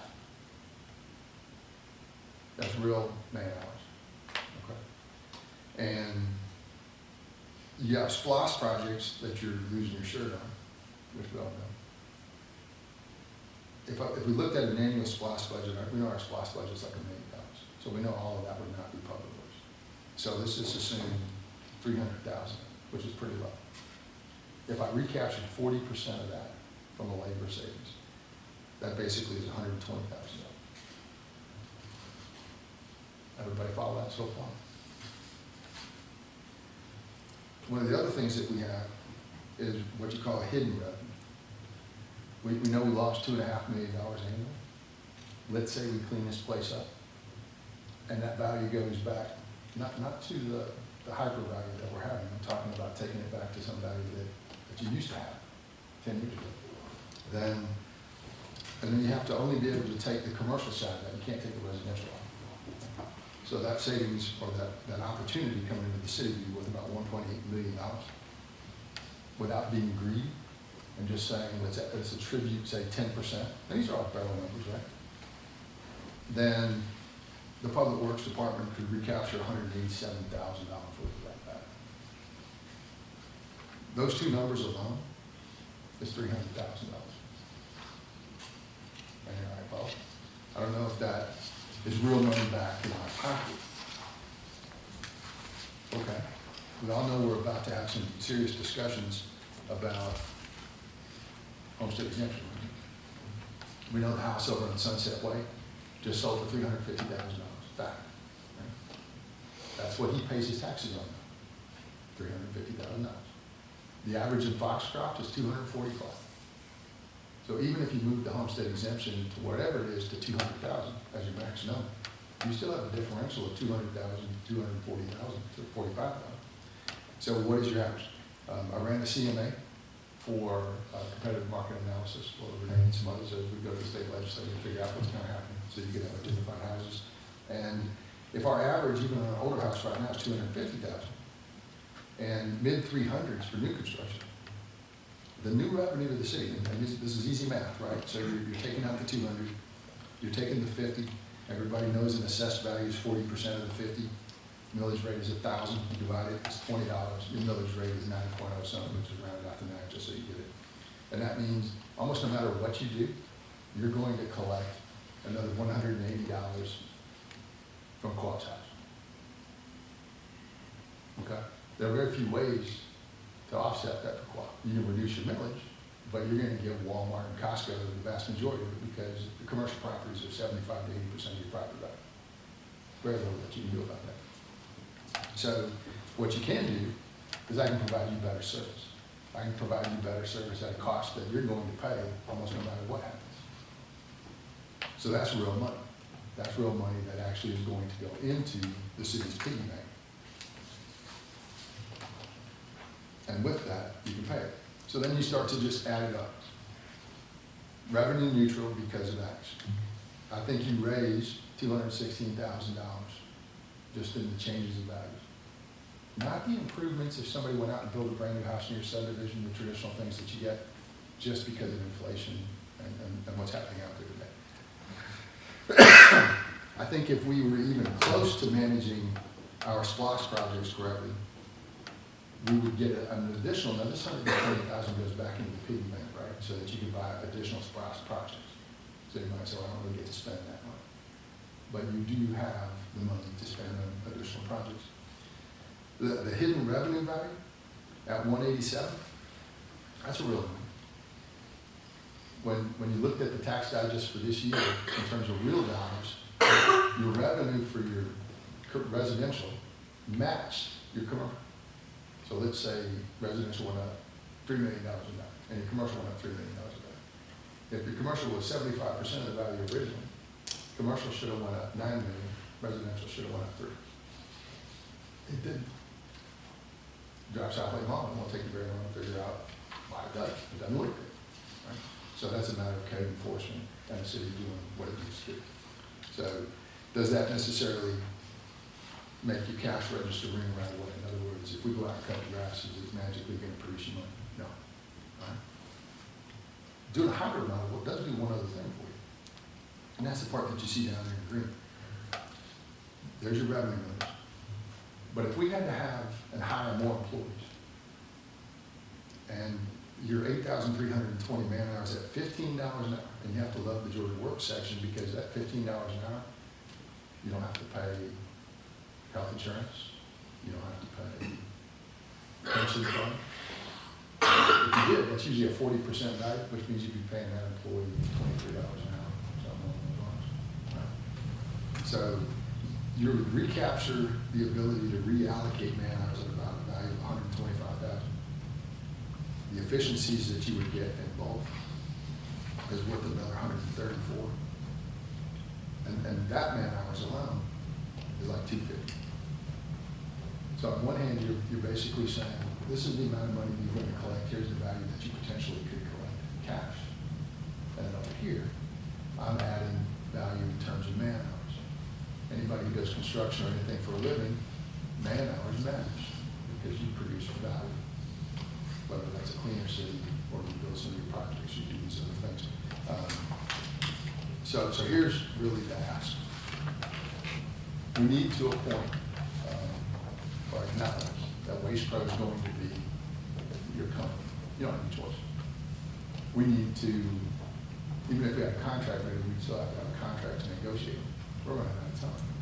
We've got to be able to tell them I need a little more time because there shouldn't be anything in there that says I got to implement this on January 31st. Don't do it or die.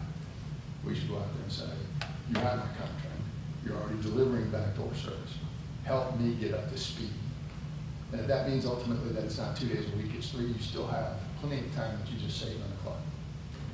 It allows you to have manpower for tomorrow. Or you're gonna spend it and then you have to spend the manpower anyway. So it's a good hybrid solution. Is it perfect?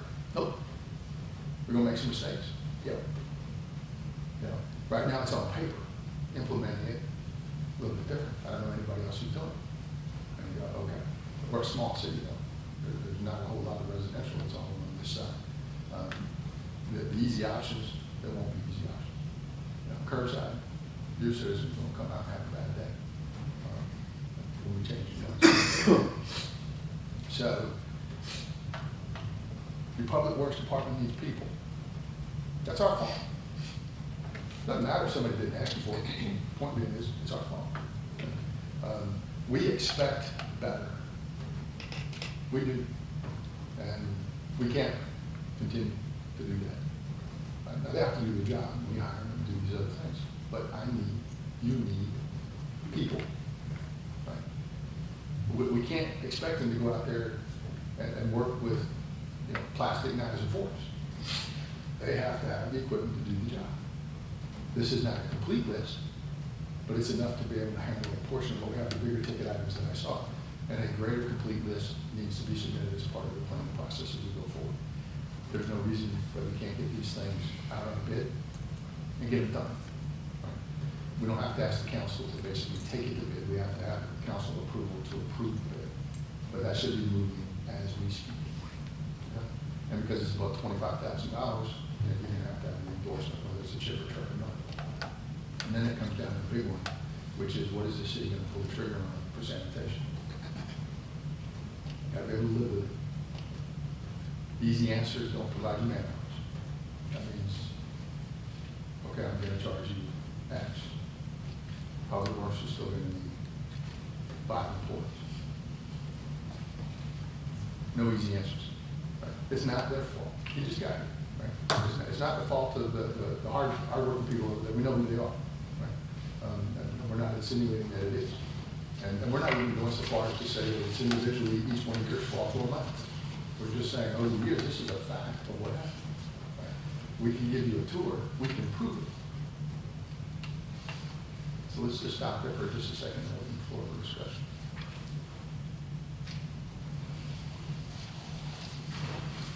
Could you recap us quickly what is the hybrid program?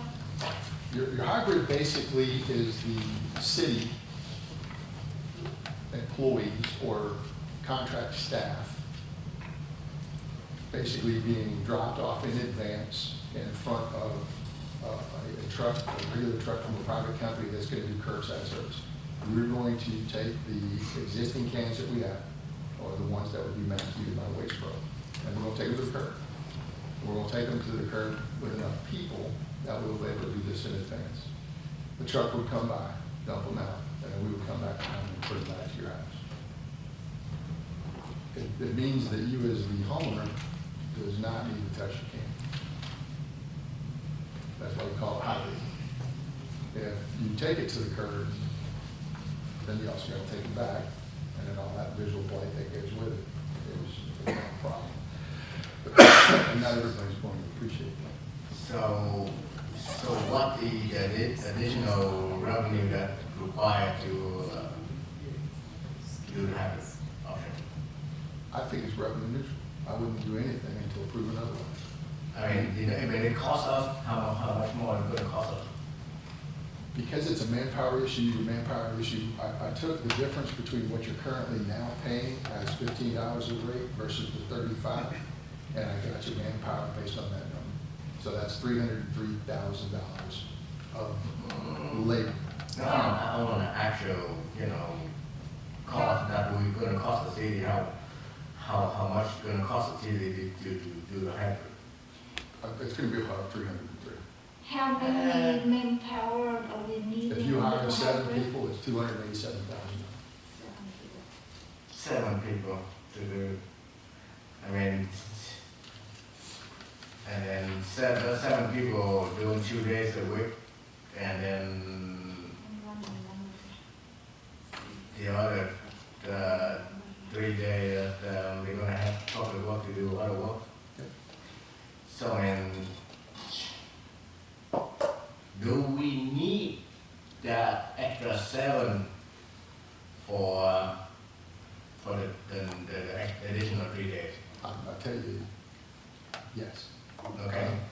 When you, So- when you look at the current staffing you have, let's not even do sanitation at this point. I got it, okay. Can you reach the conclusion that what you want or what you expect is being accomplished? Okay. So we're gonna do the hybrid, you know, at cost of the waste pro gonna charge us anyway, so, I mean, I'm trying to understand, Well, what once- option once- are you once- recommending? right now you're paying for backdoor garbage pickup. That $35 rate changes to $14.40 as soon as they go to curbside. That's your savings. I You're understand. spending that savings to be. But the city have to pay extra 7, you know, That's correct. employees, so you're gonna cost us the same either way. Yes, You telling me? with one exception. If you continue to do backdoor service as you have, you get no supplemental manpower to your public works department. Okay. And then, several questions there. So if we do the hybrid option, I mean, let be fair, to operate that part only, you know, to do sanitation only, cost us 2 days out of 5, so it costs us 120,000 more to operate, fair? I agree with that. That's $120,000. How are you gonna pay for it? If your house price is already where I believe it is, you're already gonna get the money in the bank. That I'd rather use that money to take care of our, you know, first responder and our employees. If that is the case, why don't we, I mean, give that cost to the citizen, you know, instead of market price, you know, they're gonna be paying $15 now, $120,000 more, it's gonna cost them another $10 or $12 a month. It's still cheaper than the fair market. Well, anytime you're dealing with certain numbers, the first thing I would say is, if you don't have to do it, why would you? No, I mean, if I can deliver you comparable service and give you additional man hours and clean up your city and pay for it, what difference does it make? I don't believe the city have our ability to pay for anything. It's all taxpayer money, okay? So, That's where we get money from.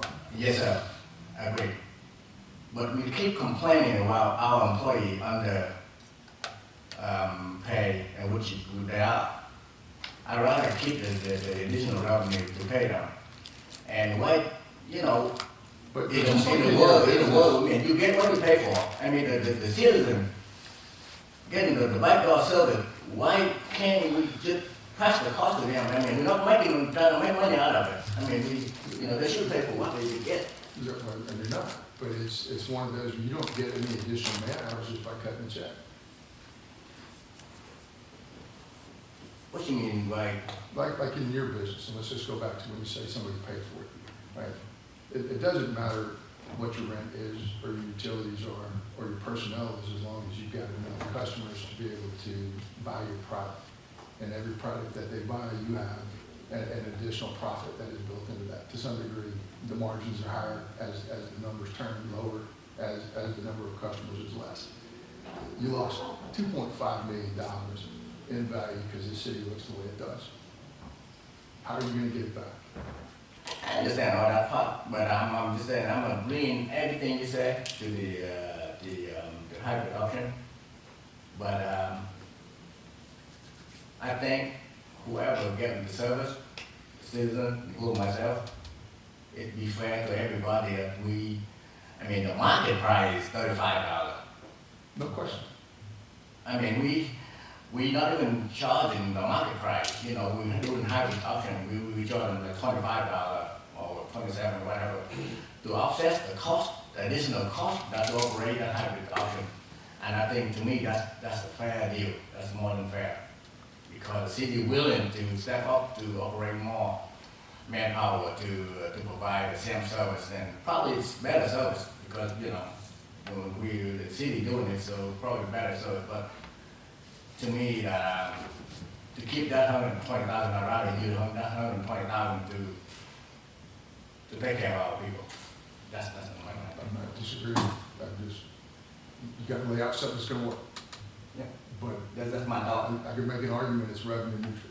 I could actually make an argument that you're gonna produce man hours at a certain time. Other questions? Number, you can't, You were talking about the slot money to cover that, where is that section of the slot money come related to the sanitation? Well, in this case, it's related to public works and not related to sanitation. So you just passed basically a 6-year SPLOST. You're looking at about $1 million to a year. You're in year 1, you got year all the way up through year 5. How much of that would be more, remember we did it by buckets, right? So your bucket could be something as simple as parks where you're gonna renovate a park, okay? To give you a simple answer, so we just got a price to basically put some sand out at Meadowbrook for $3 grand. Okay? We did it ourselves, and you got the sand for $640. So that means the private sector would have asked you for $2,400 to spread some sand around. That's a pretty high price, right? So have we done that with just our own contract lever, which we may have. But the bottom line is, you know, you can say $2,400 just on that one project by doing it yourself. You gotta have somebody who's got the available time and the right equipment to do that. Right? That's one thing. So you got a trail system, you got many, many projects. So all you're doing is you're not allocating the entire 1.2 million. You're basically saying attributable 300,000, and of that, most of the time labor is like 60% or something along those lines. I'm doing it for the first, so I'm giving you 40% of the number. And I'm saying, when you do a ballpark number, you know, 1 year it might be 80,000, 1 year it might be something else. But just look at the projects that you have, look at the costs you're paying, and you can't really make an argument, you know, that even the basic stuff that we're paying. You know, nobody wants these small projects, right? You're having to spend a lot of time to go out there and bid them out, and then you're expecting people to be able to do it. And look at the projects you have that are consistently behind, that we're consistently paying for, and the cost of materials has went up in some cases 50%. so let me understand where we at. So right now, out of all the solution, all the options that we have, we leaning toward to the hybrid option, right? It sounds like a logical solution if it could be pulled off. I mean, I'm okay with that. It's just, you know, who paying for it, and I think it's fair enough to stay in the mid $20 range. Well, for the purpose of the conversation, you can actually separate payment from process. Does that make sense? I mean, ultimately, we either cut checks or we do something else, but, you know, it's a council, it's a political decision to determine what you charge the customer. Fair? Yeah. Okay, that's not public works decision, that's city council decision. So if you're at 15, if you're at 26, whatever the number is, you know, the bigger issue behind the scenes with the manpower issue and ultimately deciding which sanitation service to use is curbside, are you sure? Backdoor as it sits with no real options in the future, being hijacked sooner or later. Or hybrid, basically trying to prepare for what the industry is going to lead into tomorrow. There's nobody out that I know of that's doing it. I'm not saying they're not. I'm just saying we don't know of anybody that's doing it. But our city's small enough where I think we can manage it. Is it perfect? No. Until you implement it, you don't really know 100% of what's going to happen. So this is the beauty of throwing it by you politically, is to sit there and go, do you believe that we can pull it off? And you have to have enough depth, so you don't want to rob your current staff, which isn't getting the job done in the first place. And you want to say, I need new staff to be able to handle that, no question. Then let's say rainy day, something didn't go right. I still have all of the existing public works people that I could pull over there, right? Just like on a busy day at a restaurant, right? You can pull some staff from somewhere else if you need it, right? And let's say we get more efficient than we thought. That's easy enough, right? We got more projects than we can say gracefully. So you have to have the belief, because we've got to be able to do it. You have to have the right equipment to be able to do it too. I can see You that have happening. the job, right? I can see that happening, it just, you know. The pricing, okay. Yeah, probably, I mean, I like that, I always like that type of option, but I still, I mean, just upfront, I know that we're not discussing pricing right now, but I think that's, it's more than fair, we let the citizen, pay for. I think you find a lot of support for that, what the number is, I don't. Yeah, I mean, is it fair enough to give that, $120,000 or whatever to provide, that pay for whatever, for our city employees? The one thing on the transition from 2009 to the proposal that's in there is I did not, in 2009 I had an assistant public works director. I did not leave the assistant public works director position. I gave you public works director, supervisor. They may swap it up so that there would be a third person down there for sanitation. Does that make sense? So instead of just having that third person up there, you might come out and you might have a sanitation supervisor, whatever we're gonna call them. And that way you've got somebody who focuses on it. Just a point of information. Other questions? So you say the slot cost, how much are we saving on that? That number could be about 120 grand a year, depending on which projects you're doing. Like if you're just out there repaving the parking lot, zero. We don't repave parking lots. So we know there's gonna be a certain portion of it that's there. If we continue to rob SPLOST and buy a police car, nothing against police chief, but we should be pulling that out of our general fund. Our general fund should be strong enough where we're not robbing our future to be able to do that. Sometimes it happens and that's just the way it is. And in some of these two projects that you have right here, I'd love to be able to buy a chipper truck as well as the other truck out of the general fund. This is not a cards. So by default, you're gonna go into your SPLOST funds and pay for it. Now, in year 5, if we get our act together, the city comes around the way it's supposed to come around. We can always go back and capture it back. There's more than one way to do that. We got bright finance people. But it's a savings. In other words, if we can do it, that saves you money. And that money then you don't get to spend it, you get to spend it on another SPLOST project. You buy 2 swing sets instead of 1. You repave 2 streets instead of 1. Other questions? Yes, so I am going to go to Cal because he is the person who went on the detail and operating public works. And I know this, you might not be able to get this really accurate, but we're trying to do a calculated guess here. So with the hybrid program, do you think 7 more staff will be suffice or that abundant? What does that sound to you? Well, I think the plan and why we kind of narrowed it down to only one contractor is, I think with 7 people, we can absolutely implement it. With when we were kind of comparing it with waste management, there was really no way to do it because they were going to do it all in one 12-hour day. I think 7 people is more than sufficient to, if we're just talking about moving trash cans, with doing it essentially 2.5 days a week. But that's kind of why we were left with only one contractor as an option, or one vendor as an option. Other questions? So, Dorothy, got any questions? No question, I do have a comment though, if I may. Hold I think learning that Public Works did not have, in addition to the staff, the equipment needed to do their jobs. And this is by no means a complete list. is really, I, as a council member, I'm ashamed to ask that group of employees to do the work that they have to do because they are the ones that put the face on the city.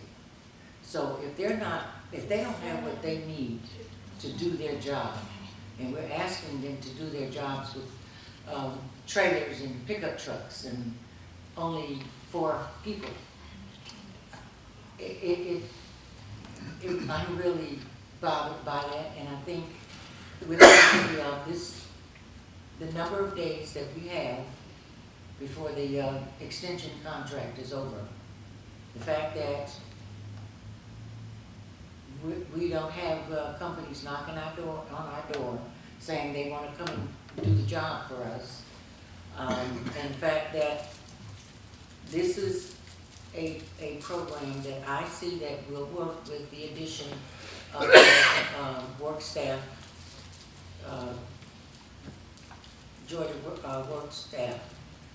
I think it can be implemented, but of course it's going to take the ingenuity of our public works director over here to implement this, which I have all the faith in him that he will be able to do it, because he's been milling this around longer than we have, or, you know, getting answers that we haven't been getting. So I think we owe it to the public works staff to give them a break from having to try and fix everything with what they have, and give the public works director the equipment that's needed for his people to do the job. So I, for one, I've been sitting through sanitation for 12 years now, I believe, listening to sanitation for 12 years.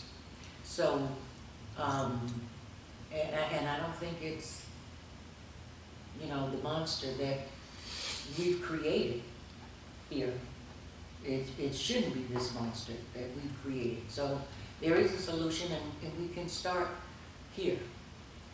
Who says everything's going to work perfectly the first time out? But we have to start somewhere, and I think this is a start. So, you know, you tweak it, you do whatever needs to, that we need to do to make it work for us. And down the road, if it's not working, you know, plan B, option B. Ms. Renee?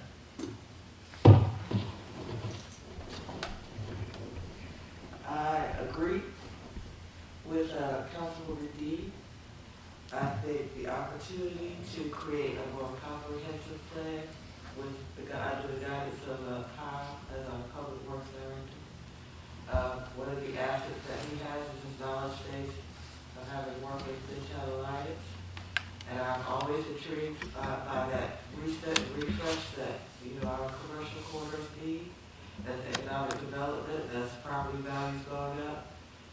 So a comprehensive plan that this hybrid model may allow us the opportunity to do is better serve citizens with bulk more efficiently. Beautification, which, you know, we're at that point. We have so many projects and so much interest in the city. We need beautification to stay on our radar. We always talk about trash and how the city looks. Those cost savings and SPLOST, and that skill set that's needed as we grow public works to the level that it needs to be. I think it is an opportunity, in addition to, as I like to call it, staging trash. But that's just one component of this plan. The reality is, the options for contract, it is curbside. But we're trying to address a way creatively to kind of hit more targets more effectively. And I think it's a good conversation starter. To Councilman Long's point, I think there is a level of pass-through in the expense. If there's still an opportunity to provide a cost savings from what a retail vendor, what the vendor would charge versus what that actual curbside price is, I think there is an opportunity for us to talk about what that amount would be to pass through to the residents, because their service would still be backdoor and minimized, but we'd still be offering them a cost savings as well. So I think we do need to address that. All right, so just kind of point of order, point of action. Obviously, one, like consensus, if you will. May I make Go ahead. a comment before we step into that? So,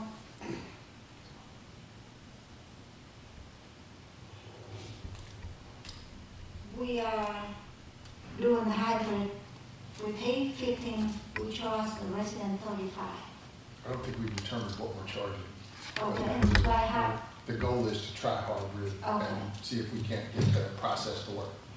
well, without that determination, how much should we charge the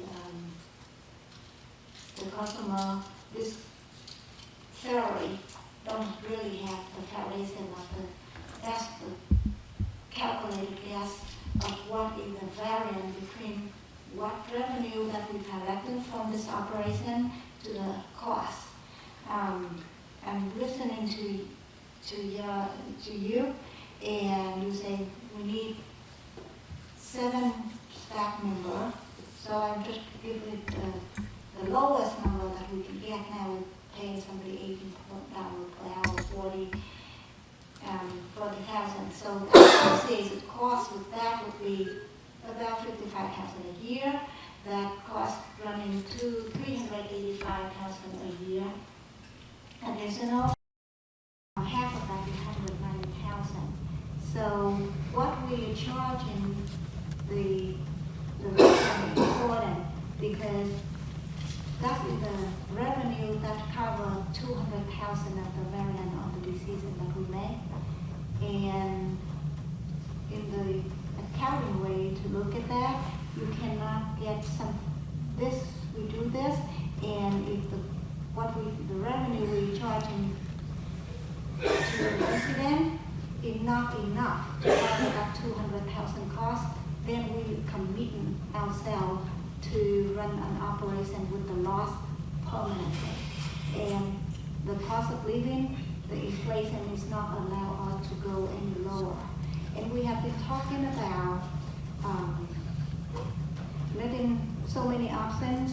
We talk about letting the contractor to do for backdoor service. We talk about the hybrid where we get the curbside and have employee, have city staff to roll the bin back and forth. That's great, but we have not talked about the option of what does the resident really want to do. We did open a survey. The survey came out with about 60 participants, and we have 1,200 unit household. We're not calculating 200 units that in the Woodstone and condo total is 250. So we are looking at 1,500 versus 60% participant. The survey doesn't have the real value of the actual the majority of the population because it's less than, if I go with 1,200 cows versus 60 participants, we only have 5% of the people participate at. And if we add Northridge and condo, the number, that percentage get even lower. So what, and question to yourself, we're here to represent the taxpayer and try to make the decision for them. And if we don't listen to them, who are we servicing for? The survey is not really, I appreciate all the participants participated that, but did we advertise, as we noticed the resident aware that the change is coming? Did we send out a letter to them? Did we post that on our Facebook, city Facebook website to let all the residents aware of the changing, the challenges that us as individual residents and with the city at the total, that's the challenges that we have to make. So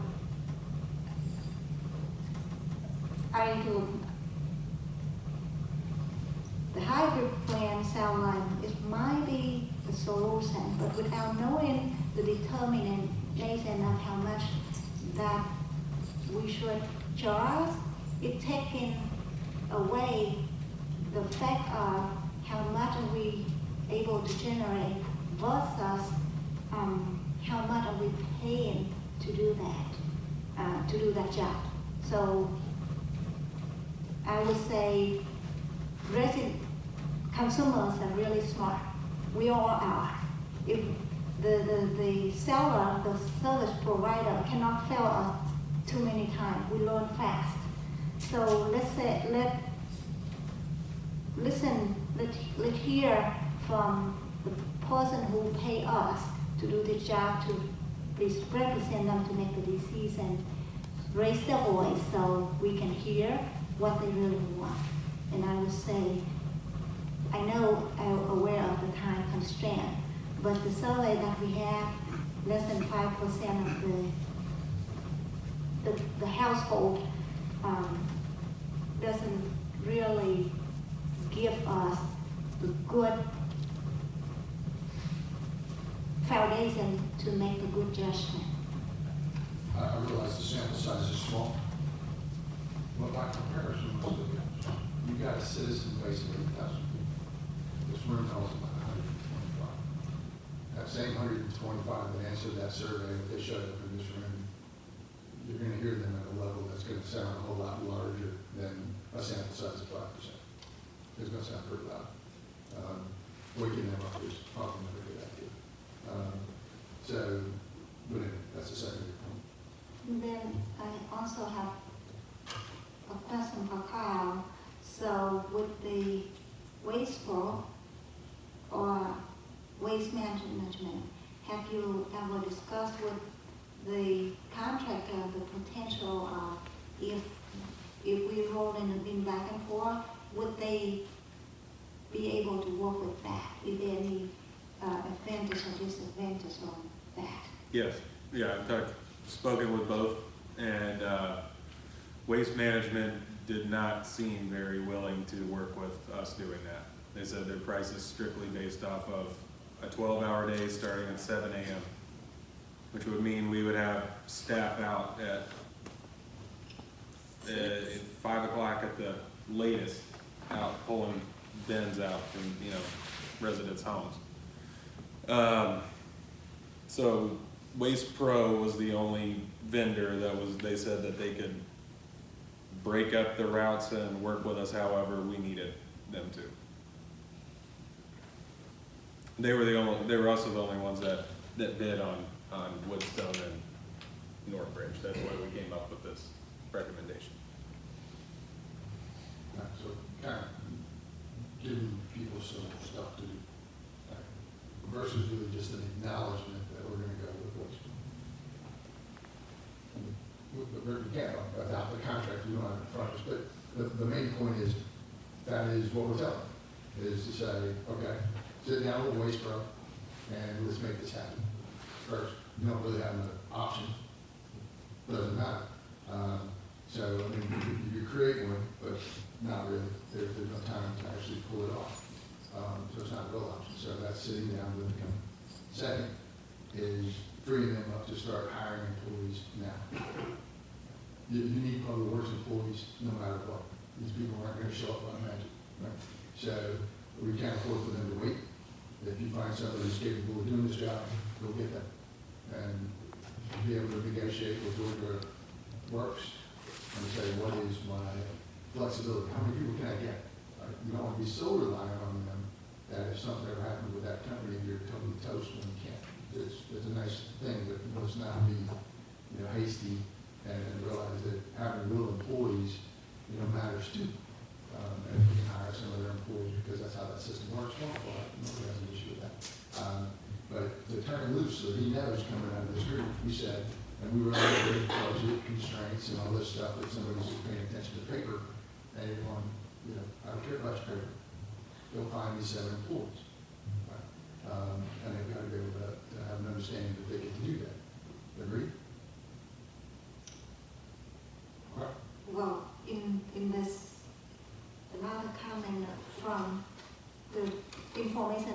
the presentation that back in 2009, you say we have 12 employees, and why is that with that knowledge? When we set up the budget for operating last year, why did we eliminate public works position, including HVAC and supervisor? Why did we cut that off the budget for not having those positions? And now we learn that it's not helping us running. Let's figure out a way to give public works the right support that they can do the job. Flexibility, not a problem with that. Instead of cutting out the Obviously. budget on the position that we need. And in 7 positions, we are going to have, we're talking about, we have the staff to do sanitation and half of the other time doing other projects, including having HVAC, electrical, treatments. Those positions are not the positions that they're going to pick up trash, are they? Well, no, but it's not like you're gonna need, 10 people to do that job. It'd be nice right now just to have one good handyman who actually, have the ability to do certain things. You're just adding to what you have. I mean, you can look around for the buildings for yourself. You know kind of what you, even if it's not in the building, how many times we're having issues with electric? Every time somebody's out in the park, we're popping generators all the time. We're at the dark spots all the time. I mean, that means you have a need, there's no question. Probably 1 or 2. And beyond that, I don't know if you need a skilled electrician or anything. But having somebody with a little bit of a big nice. So, but give them the flexibility to figure that out. Right? Say, you'll get what you want, and let's make it work. And the third thing is we're going to buy 2 trucks. We're going to buy a chipper truck. Go buy me a piece of junk. Go buy me something in pretty good shape. It doesn't have to be brand new, but I don't want it to all be something that's been in the force for the last 6 years. Go find us something decent. Go to 2016 at about 79. We'll get it. That's just a hope. Right? We should. The one that's 130 man, that's going to be a bid, because it's above 130,000. Make sure you know what it is you want, put it in there, and go get it. All right? Again, unbudgeted, get that. Are we good with that? Yes. And objection. All right. It wouldn't hurt if he has a higher need on. We're not cutting a lot of grass right now, so that doesn't matter. There's a lot of small equipment back there, and so surplus, what doesn't need to sit back there anymore. We're not stripping parts off of 2000, or not 2000, an F-250, so that our people can play shade tree mechanic and change out all things. Go down to a normal place and get it on if you need. We'll have to swap parts out of it and do that kind of stuff. That doesn't make any sense. That old truck that's out there, that doesn't even have a dash in it. Come on. You gotta have the image that goes with it. Right? We want something that when a public works team gets in there, it has a different condition. It's got some stuff that makes some sense.